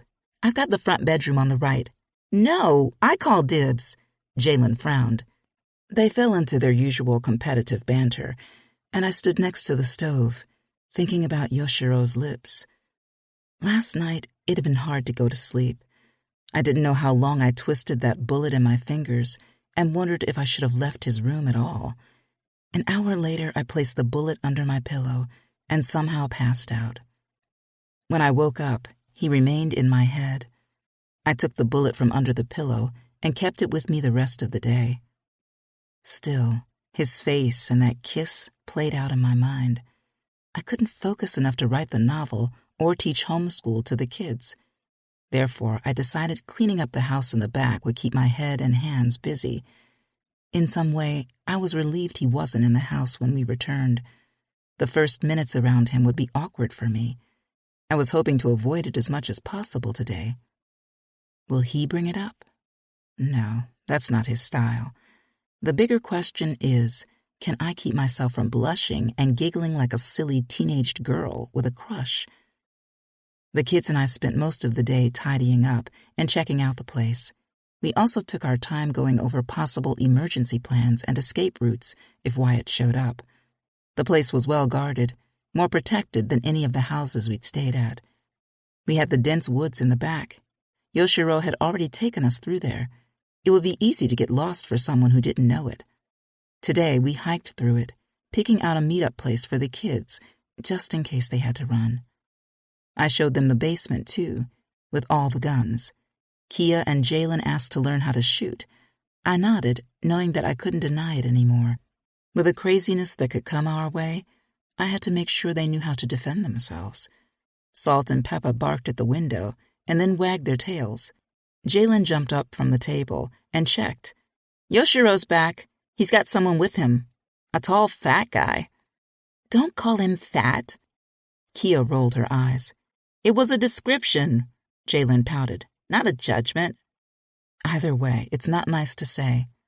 I took 2 plates out just in case Yoshiro and his friend were hungry. The door opened. Yoshiro stepped in, framing the doorway. We all looked up. Dressed in all black, his trench waved in the breeze and exposed a magazine of ammo in his pocket. He had on black gloves, too. Dirt smudged some of his face. His shirt had a tear at the top. Whoa, Jalen widened his eyes. You look like a superhero. He gave Jalen a sad smile and turned to me. Can we talk, Ebony? I swallowed and set the plates down. Sure, of course. A tall, heavy-set man walked in after him. Brown hair, green eyes. Next to Yoshiro, he looked more like some sort of comedy sidekick. He held a green book bag in one hand and a closed laptop in the other. Yoshiro gestured to him. This is Kevin, everybody. Kevin waved. Hey, Day family. Kia quirked her brows at the mention of our last name. Yoshiro cleared his throat. I told him about you all. The kids didn't return to eating. Even Poppy studied the new guy. Salt hurried over to Kevin and licked his hand. Hey, girl. Kevin petted her head. Did you miss me? Peppa sniffed his book bag and then went for her own petting. The kids returned to eating as if the dogs were a character test, and Kevin had passed it. Yoshiro signaled for me to come with him and headed toward his studio. I'll be right back, guys. I left and walked with Yoshiro. Kevin followed us. I glanced behind me. The tall guy watched me. I turned and looked back to Yoshiro. What's going on? We stepped inside the studio. Kevin shut the door. Yoshiro took off his jacket, pulled out a big gun from his back waist, and placed it on the desk in the center of the room. Wyatt found Kevin's place. I tensed. What? Kevin is my friend that has been tracking him. I hugged myself and turned his way. Thank you, and I'm sorry you're in this. No problem. Kevin went over to the couch and sat down. This isn't the first time I've had to deal with trouble. This is lightweight compared to most. Still, I shook my head and looked at Yoshiro. What happened? When Kevin looked into Wyatt's past and tried to hack into the civilian agency, he thought they might have caught him. Kevin stopped. It might have been the end of that, but then I stole Wyatt's weapons. Wait, what? Kevin laughed. You did what, man? Yoshiro grabbed a chair and gave it to me. Wyatt didn't need them, and clearly he has more stuff. Kevin laughed some more. Yeah, a fucking grenade. I raised my hands in the air. Grenade? Yoshiro signaled at the chair. I shook my head. Yoshiro grabbed another chair and sat down. Exhaustion covered his face. What happened? I remained standing. We had a small shootout with Wyatt and 2 of his friends. I rubbed my face with both hands. I killed one. I looked up from my hands and stared at him. No. It couldn't be avoided. Yoshiro shrugged. I got the other one in his back. He couldn't get up, but he could shoot. Wyatt rushed to save him. I almost shot him in the head, but he threw a grenade. Kevin raised his head and beamed. And I courageously climbed out of a window and ran my ass to the strip club. I dropped my hands. What do we do next? Should we run? The cops could be there now. No cops. Yoshiro shook his head. We called Kevin's neighbors. Apparently several black vans showed up. We think those vans were connected to the civilian agency Wyatt works for. The people in that van grabbed Wyatt's 2 friends and left. They didn't take Wyatt? Yoshiro wiped the dirt off his face. No. When Wyatt saw the vans, he hid. After the vans left, he ran to his car and left. So Wyatt hid from his own agency. I shook my head. Maybe He doesn't work with them anymore. Another van arrived, one similar to the agency's others. 2 men stepped out of that van, wearing suits. Those men met the police cars that arrived. Kevin's neighbors said the guys in suits showed badges to the cops. After that, the cops left. I sat down in the chair. I don't know what's next with the agency. You're hurt. I got ready to rise. Do you want me to get ice or... No, I'll do it later. He stretched his arm and flinched. I don't think this was the agency that went after Kevin. Why not? If the agency had Wyatt's back, he wouldn't have fled. I nodded. He did have 2 friends with the agency. One was named Lee. I don't remember the other. Doesn't matter. He's dead. But Lee was the one he saved. Yoshiro raised his brows. Do you think Wyatt has still been working with the agency in these past 3 years? I shook my head. I'm not sure, but I often wondered how he could dedicate his time to search for me. I kept hoping he would be deployed or something. Still, I can't tell you for sure if he is with them or not. When I broke into Selena's place, there was a pile of boxes labeled Top Secret, and when I checked out some of the folders, his name wasn't on it. Did he have those boxes when you were with him? No way. There would be no reason for him to have top secret boxes in our house. You can't take them from the building. I ran my fingers through my dreadlocks. Wyatt's always been that type of guy. I don't know why he got the dishonorable discharge, but he could never follow the rules. Kevin spoke. So, his agency is probably against him, possibly looking for him too. But he has 2 buddies that's still on the inside. Maybe they tell him that someone tried to hack into his information. Yoshiro dropped his arm and leaned back in his chair. They probably came to Kevin's place to help Wyatt, but it was unofficial. Let's hope. My heart hammered in my chest. That agency is the last group I want looking for any of us. Yoshiro stretched his neck. We'll know more by this evening. What's happening this evening? I asked. Kevin rubbed his forehead. Yoshiro is going to be at the strip club where I work. I raised my eyebrows. Excuse me? Kevin laughed. I don't dance. It's not a male strip club. I'm the bouncer. Yoshiro rolled his eyes. If Wyatt is working on his own, then he'll be at the club this evening. It's his first lead to where you could be, and who took his guns. No. I shook my head. I don't want you going there. What if Wyatt is not on his own? Then I'm out of there. They don't know anything about me. At least that's what we think. No, Ebony. If they knew about me, they would be here. Period. If Wyatt took those top secret boxes, then that's their focus. We're small time next to that. I stood. I'm coming with you. We've been over this. Who's going to watch the kids? Besides, if he sees you, then any advantage I had is gone. I can't let you go and... Kevin's laughing stopped me. I looked at him. Sorry. Kevin waved me away.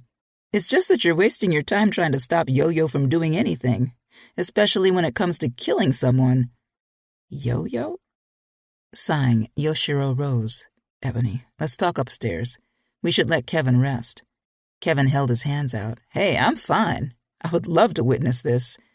We left and walked back into the living room. The kids busied themselves with washing the dishes. I followed Yoshiro up the stairs. We hit his room. I entered. He shut the door. I turned his way and got ready to speak. He took me in his arms and kissed me, taking away all my words. Lust blazed through me. Forgetting my fear, I grabbed his head with my hands and ran my fingers through his hair. He'd been in a shootout for me. He'd taken on my crusade, just so the kids and I could be safe. How could he not have my heart and every bit of my soul? A low growl left his throat. He wrapped his arms around my waist and pulled me closer. He leaned away barely half an inch and brushed his lips across mine. Stop worrying about me. Says the man that is on a mission to battle my monster? He nipped at my lip. That's different. I tried to step back. How is that different? He pulled me in more. I can't think of a reason now. Give me a day or two. Yoshiro! He captured my mouth again, consuming me. Passion ignited my every cell. My core tingled and sparked to life, even more than last night. There was no denying that I wanted him. Sex rippled off him. I leaned away, gasping. His eyelids hung heavy with desire. Do you want me to stop? I want you to promise to not go tonight. I won't promise. I'm going. I won't stop until he's gone. Then let me go. No. He licked his lips. You can't keep going after him. I can, and I will. He leaned his head to the side. Do you know why? Why? Because I don't want you to run anymore. I want you to stay right here with me. Shivers rose through my body. My pulse beat rapidly. My stomach somersaulted. And what if I don't want you to get hurt? Because I want you in my life forever. I pressed myself firmly against him, straining to get as close as I could. I ached to touch his warm skin. What if I want to see where this goes, you and I? He had no response. I moved his arms away from my waist. He stood there in a daze. What if I want to eventually have more than a kiss? How can I get that if you're dead? I grabbed the bottom of his sweater and lifted it. Ebony. He raised his arms as I pulled it up over his head. I dropped the sweater on the floor and glided my fingers over the bruises decorating his muscular chest. Groaning, he tried to kiss me again. I leaned away and studied his chest some more. Bruises and marks decorated his chest and ribs. Does it hurt when I touch you? No. Would you tell me if it did? No. I glared at him. Why not? Because I don't want you to stop touching me. Those words caused me to shudder. Please, promise me that you won't. I can't, Ebony. He captured my mouth again, winning me over, shutting my dispute up. He claimed me yet again, and then he moved his mouth past mine and left a trail of kisses down my neck. Each brush of his lips ignited flames along my skin. Surrendering, I slipped my hands around his waist and gripped his back. Between kisses, I whispered, I'm scared. That's why I won't stop. I want to help. You've done enough. All I've done is run, and you can't run anymore. Yoshiro, his tongue was in my mouth, twirling, dominating, owning. He whispered, I'll always protect you. I'll never stop. It doesn't matter if I get hurt, and it damn sure doesn't matter if I die. All I care about is your kids and you being safe. Tears left my eyes. I didn't know what to say. Thank you wouldn't have been enough. Please don't would have been a waste of words. Never had I had anyone care about me so much, sacrifice it all for me. Don't cry, Ebony. He wiped the tears away. I don't ever want to hurt you. My voice went hoarse. You're not hurting me, Yoshiro. You're loving me. It's been so long, if I've ever been loved at all. I want to show you. Don't you think we both deserve love? Yes. It made me nervous to even discuss the word. That concept of love. It had been something I never wanted to think about. We're still learning each other. Warmth radiated off him. We're still figuring our hearts out. We're both broken in some way.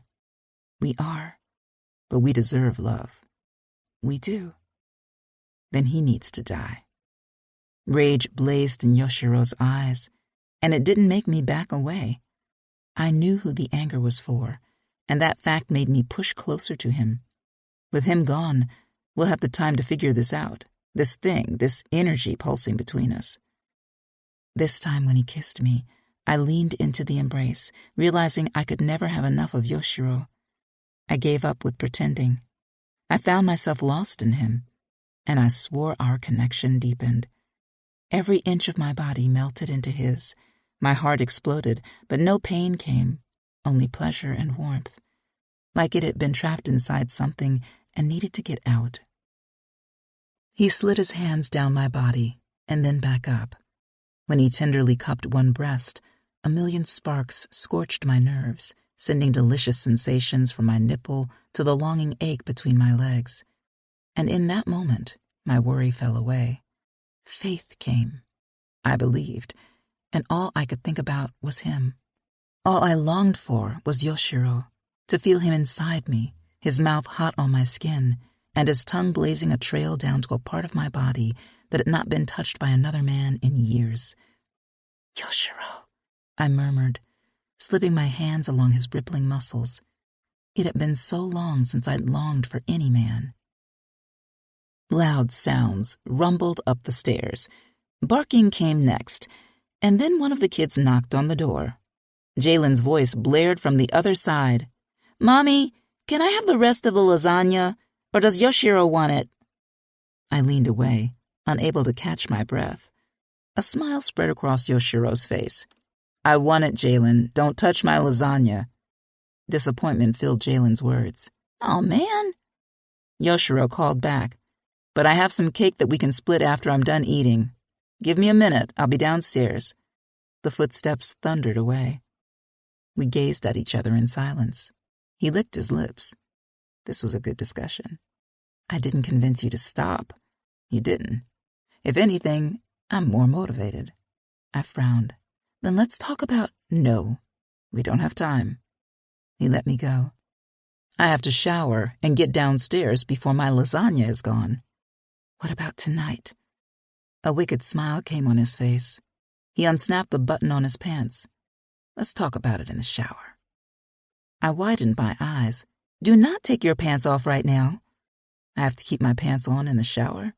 I backed away. "We're not talking in the shower." "Okay." He nodded and headed off to the bathroom. "Then we'll talk about it later." I let out a long breath. "Sorry." Kevin had waved me away. "It's just that you're wasting your time trying to stop Yo-Yo from doing anything, especially when it comes to killing someone." I shook my head and walked away. "I guess we will, Yo-Yo." An annoying groan came from the bathroom. I hate that nickname. "Good to know." I left his room, went out into the hallway, closed the door, and leaned against it. From the moment he stepped in the house to our kissing in his bedroom, so much had happened. I tried to get my head around all of it, and still couldn't make sense of it. I couldn't let him go to that strip club and bump into Wyatt tonight. How can I stop him? No solution came. Minutes passed. I gave up and went downstairs, hoping to figure out a way to keep Yoshiro safe as he tried his best to protect us. Chapter 20. Love is like a flower. Yoshiro. Kevin hadn't packed clothes in his book bag. He'd brought his gaming system. After Kevin chowed down on Ebony's lasagna with me, he set up the system in the living room. Jalen, Kevin, and I played Beast Wars for hours. Kevin whipped our asses most of the time. A few games Jalen had the upper hand, while I couldn't figure out the commands or the point of the whole thing. I set the controller down. "We're just beating each other up the whole time?" "Yeah," Kevin grinned. "It's awesome." Jalen laughed. "Totally. What about missions and prizes?" They laughed at me. I gave up with the game junkies and went to the kitchen. Ebony had been in there making dinner the entire time. I inhaled the air. "What are you roasting?" She frowned at me and mixed something in a bowl. Enjoying her scent, I whispered near her ear. "You're still mad at me?" "I'm not mad. I just want you to stay home tonight." I'd been thinking about it the whole time. I hated seeing the worried expression on Ebony's face. I didn't relish in making her stressed, especially when it concerned me. I nodded. "How about we come to a compromise?" She paused from stirring the mixture. "What's the compromise?" "I'll call the club and give the owner Wyatt's details. If he doesn't show up, I won't go." She bit her bottom lip. "What?" "But if he comes, then you'll go?" "Yes." "I don't want you to go if he is there." "There would be no other point to go." I lowered my voice. "The only breasts I want to see are right here." "How can I get you to give up on this for now?" "You can't." "It's getting even more dangerous than I could have imagined." "That's how killing works. It's not a cute situation of hugs and high fives." She was lucky that Jalen sat several feet away. I loved kissing her and was happy she was getting used to it. Kia rushed inside with Poppy and the dogs. "Oh, Mommy, that smells so good. I'm making pot roast," Ebony called over her shoulder. I frowned. I wish I could have gotten that answer. Kia sat down by the table, took out her notebook, and wrote in it. "Yoshiro, can I ask you a private question?" Ebony raised her eyebrows. "No, you cannot." Kia widened her eyes. I shrugged. "I think it would be fine." Kia glanced at Ebony. "Please, Mommy, I'm trying to write a poem. It's 2 point of views, one side from a female, the other from a male. If Yoshiro doesn't mind, then go ahead." Ebony placed the bowl down and headed to the pantry. "But keep the questions respectful. Always. I am misrespectful." Kia picked up her pen and turned my way. "Yoshiro, do you have a girlfriend?" Stunned, I mumbled, "No." "Why not?" Kevin paused from the game and laughed. "Mind your business, Kevin." I walked over to the table and sat across from Kia. It's a long story. The short part is that I lost someone that was very important to me a long time ago. Kia frowned. "Would you consider love again?" "Of course." "What is love to you?" I ran my fingers through my hair. Footsteps sounded behind me. I glanced over my shoulder. Ebony carried a huge pan into the kitchen and set it on the counter. My heart warmed from her image. I loved her in my kitchen, touching everything. I wished that this could be a continuous situation. While I was glad they would live in the house in the back, it would have been better if they remained in mine. I turned back to Kia. I kind of see love like a flower. "Oh, this is good." Kia scribbled that down on her page. "Could you say more?" "When you see the person, it's like putting the seed into the ground." I mimicked doing the action with my hands. "It's up to both people to decide if they want to water the seed each day, if they want to make sure the soil is top-notch, fertilizer and all that. They have to make sure no creatures come in to eat at the roots, stems, or petals. Caterpillars, other bugs, even rodents." "This is so good. I didn't think boys thought like this." "Well, I am a man." I shrugged. "That's the difference. A boy is not going to see love as a flower just yet. He sees it more like—" I tried to find the words. Kevin jumped in.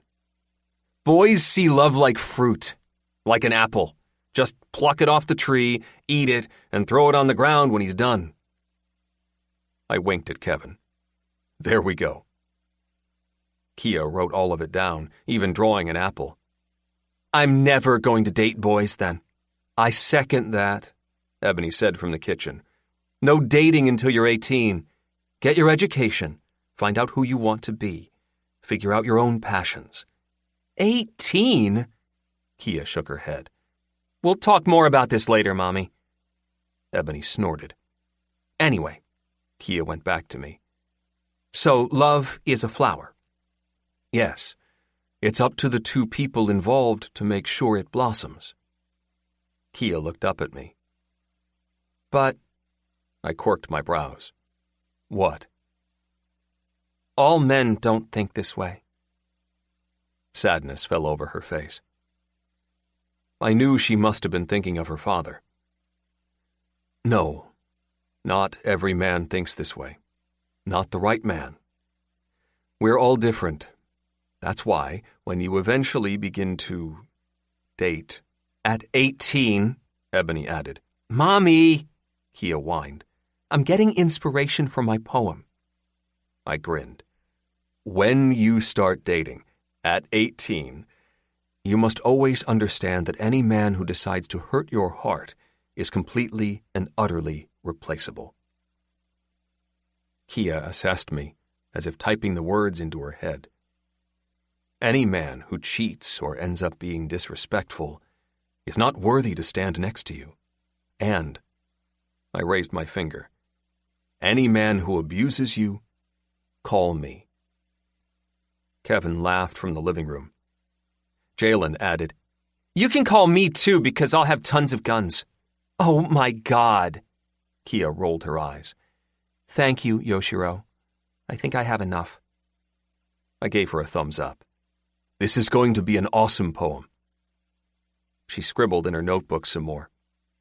"It's already really long. The woman is on a cliff about to jump into the ocean and drown herself over this guy that she really loved, but he cheated on her. Oh. And so this other guy is walking by and he sees her on the ledge. He comes over and begins talking to her about how she shouldn't jump because life is important. And she argues that there's no reason to live or love again. So he gives her his view of life and love." "I'm impressed." "His advice is going to be yours." She beamed. "With some of my own additions."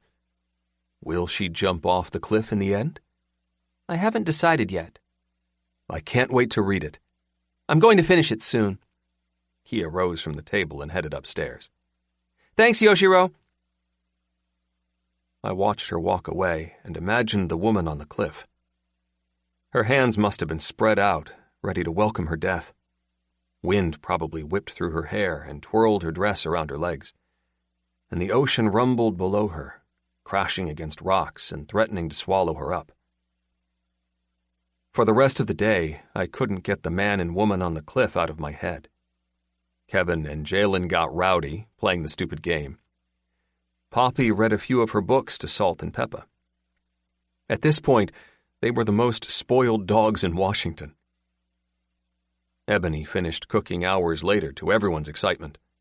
Surely the house had been filled with amazing smells all day. The kids made the table. Kevin rushed to sit down and leaned my way. "I can't believe you've been keeping this a secret from me." "I wasn't. You never said Ebony Day and her kids were living with you. Everything happened fast." Kevin watched them set the plates on the table and whispered, "This is good for you. I had no idea you were so worried. I'm just glad I didn't helicopter those items your way." He winked as Ebony sat across from us. "It might have messed up everything." I ignored him and studied the table. Ebony had outdone herself. She'd made a massive pot roast. Savory steam rose from the juicy meat. Macaroni and cheese sat in a large tray next to mixed vegetables covered in herbs. Rolls were on the other side, lathered in butter and flecks of garlic. The Christmas lights on the tree sparkled. The fireplace crackled and sent up even more soothing smells. For once, I felt more at home in my house than ever before. I'll do anything to protect this. "This is amazing," my stomach growled. "With the way things are going," Ebony gave a sad smile, "I figured we should have a little Christmas feast now." Dread hit me. I hoped she wasn't considering running off or thinking that something would happen to me. I nodded. "We're going to enjoy this meal, but on Christmas it will be an even bigger feast and huge celebration. I'll help cook." "Me too," Kevin chimed in. Ebony and I looked at him. Kevin shrugged. "With the way we're eating around here, I'm not going anywhere. Count me in for New Year's dinner, too." The kids giggled. Jalen began chatting away about the game. Kevin brought up some other games that he'd brought along. Kia asked to play. Meanwhile, all through dinner, I couldn't keep my gaze off Ebony, no matter how hard I tried. Probably not used to a peaceful feast, Ebony beamed the whole time and joined the conversation with Kevin and the kids. They shifted from games to movies, then old TV shows and music. Laughter came, and Ebony glowed. I barely talked. Inside of my chest, my heart tumbled and twisted. Between the succulent food she'd made and the beautiful sight of her before me, it took every ounce of restraint not to end dinner, pick that delicate body up, and carry her to my bedroom.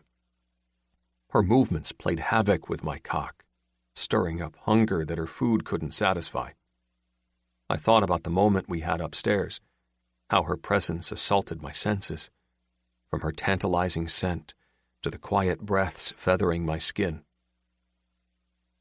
Once again, I sat there, perplexed at the emotions she always ignited within me.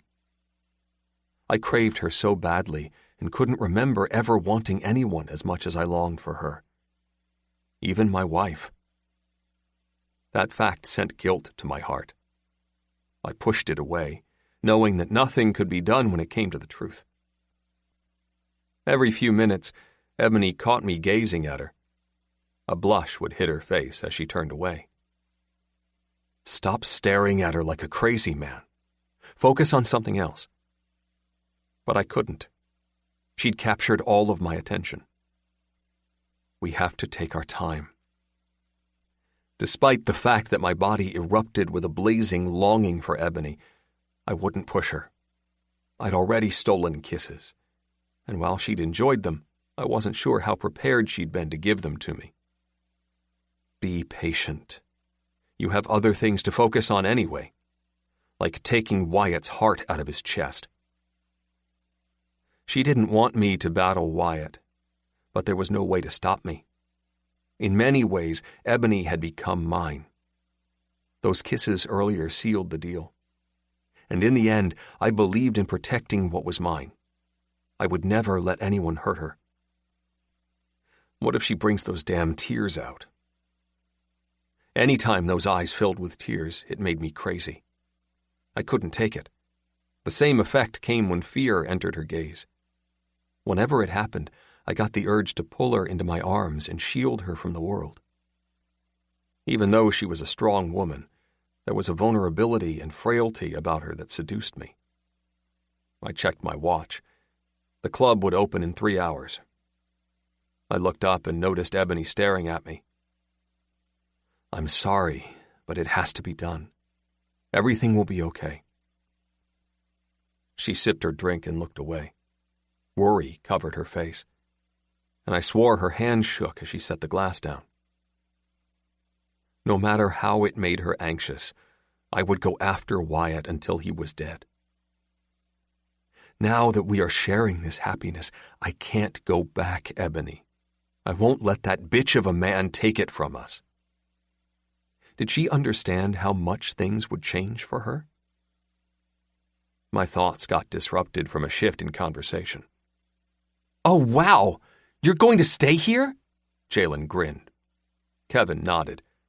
I don't know what your bedtime is, but I can show you Space Cops really quick, if that's okay with your mother.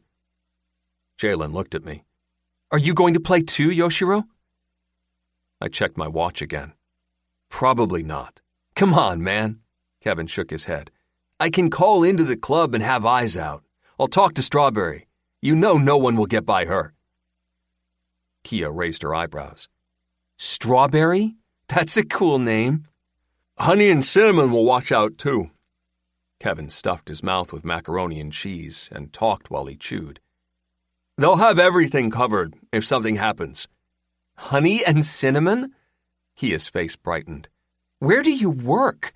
Those are such cool names. I want to work at a place with such... No. I shook my head. Kia frowned. No, what? I cleared my throat. Nothing. A smile came on Ebony's face. Kia turned to Kevin. But what type of job? It's, Kevin drank some water. It's a dancing place. Oh. Kia quirked her brows. I thought it was a bakery. Well, there's sweets. It's a boring place. I waved Kevin's explanation away. That's right. Real boring. You would hate it. Stick to writing poetry, Kia. Kevin rose, took out his phone, and left the table. I'll call Harold and let him know what's going on. Then I'll call up Strawberry, Cinnamon, all the girls. Shocked, Kia asked, Is there a chocolate?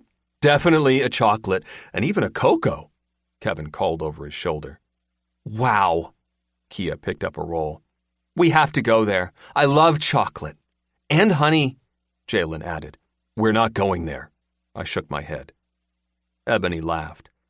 Guys, it's an exotic dancing club. Kia and Jalen giggled. Poppy ignored us and snuck a piece of her roll to Salt. I stared at Ebony. Really?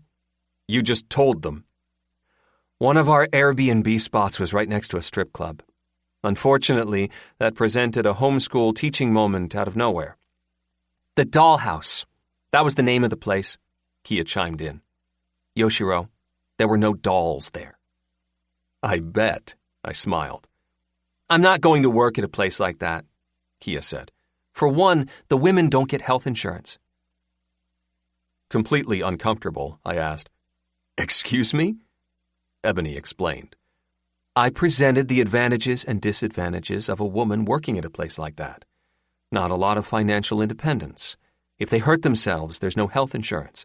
Plus, they deal with sexual harassment, drug abuse. Jalen giggled and pointed at me. Look at Yoshiro's face. I straightened it. That's good information. That's why I'm not working there, Kia intoned. Never. I turned to her. You'll never work there.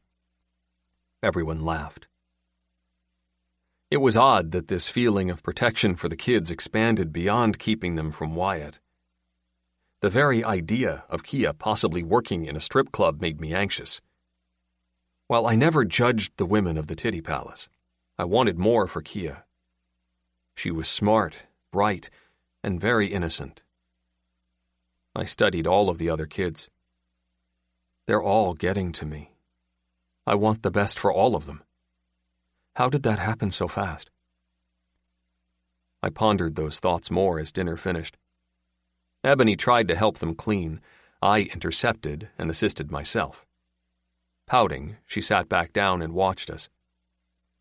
Where is Kevin going to sleep? Jalen asked. In the studio downstairs. I took dishes over to the counter. Jalen pushed the topic more. But what about all the empty bedrooms upstairs? He's more comfortable downstairs. I went back to the table and grabbed some glasses. Kia looked up from the sink and paused from washing the plate in her hand. What's up, Kia? I stared at her. Can we one day stay in the extra rooms? Kia, we're not going to overstay our welcome, Ebony said. You're not. I shook my head. And those extra rooms are available to any of you. The kids looked at Ebony. She wore a shocked expression. Do you all want to be in your own rooms? Yeah, Jalen smiled. Kia farts too much. I do not, Kia frowned. Mommy, I don't ever fart. Tell him. Guys, let's focus. Ebony raised her hands midway. We can try staying in your own room tonight and see if you like it. I'd rather sleep with Poppy in my own room. Kia went back to washing the plate. If that's okay with Yoshiro. Fine, I'm a man. Jalen showed off his small muscles. I should be in my own room anyway. Ebony turned to me. Are you sure this is okay, Yoshiro? I couldn't keep the wicked smile off my face. I support this 100%. Everyone's safe. There's no need to group together for sleeping quarters. Poppy gazed at her mother. Will you be lonely, Mommy? Ebony widened her eyes. Oh, no, Poppy. I'll be fine. I just want to make sure you're not scared. Poppy turned to me. Can Salt and Peppa sleep with us? That's up to them. I studied the dogs. Although Peppa has been wanting to sleep with you for the longest. Poppy giggled. And don't worry about your mom. I winked at Ebony. I'll check on her when she needs it. Ebony rolled her eyes, but still a blush came over her face. Chapter 21. Jillin' Off. Ebony. Alone, I sat in my bedroom and made a long list in my notebook. The SUV still needed to be fixed. I'd gotten comfortable staying with Yoshiro and let several things fall to the side. But how could I not relax for a while when we could finally stop running? However, the roads were clear and snow almost melted. It was time to get back to work. I put the pen and notebook on my nightstand. Silence fell across the house. Kia and Poppy slept in the bedroom across from mine. Jalen was in the one next door. For the first hour, I kept sneaking into their rooms and checking on them. Of course, everything was fine.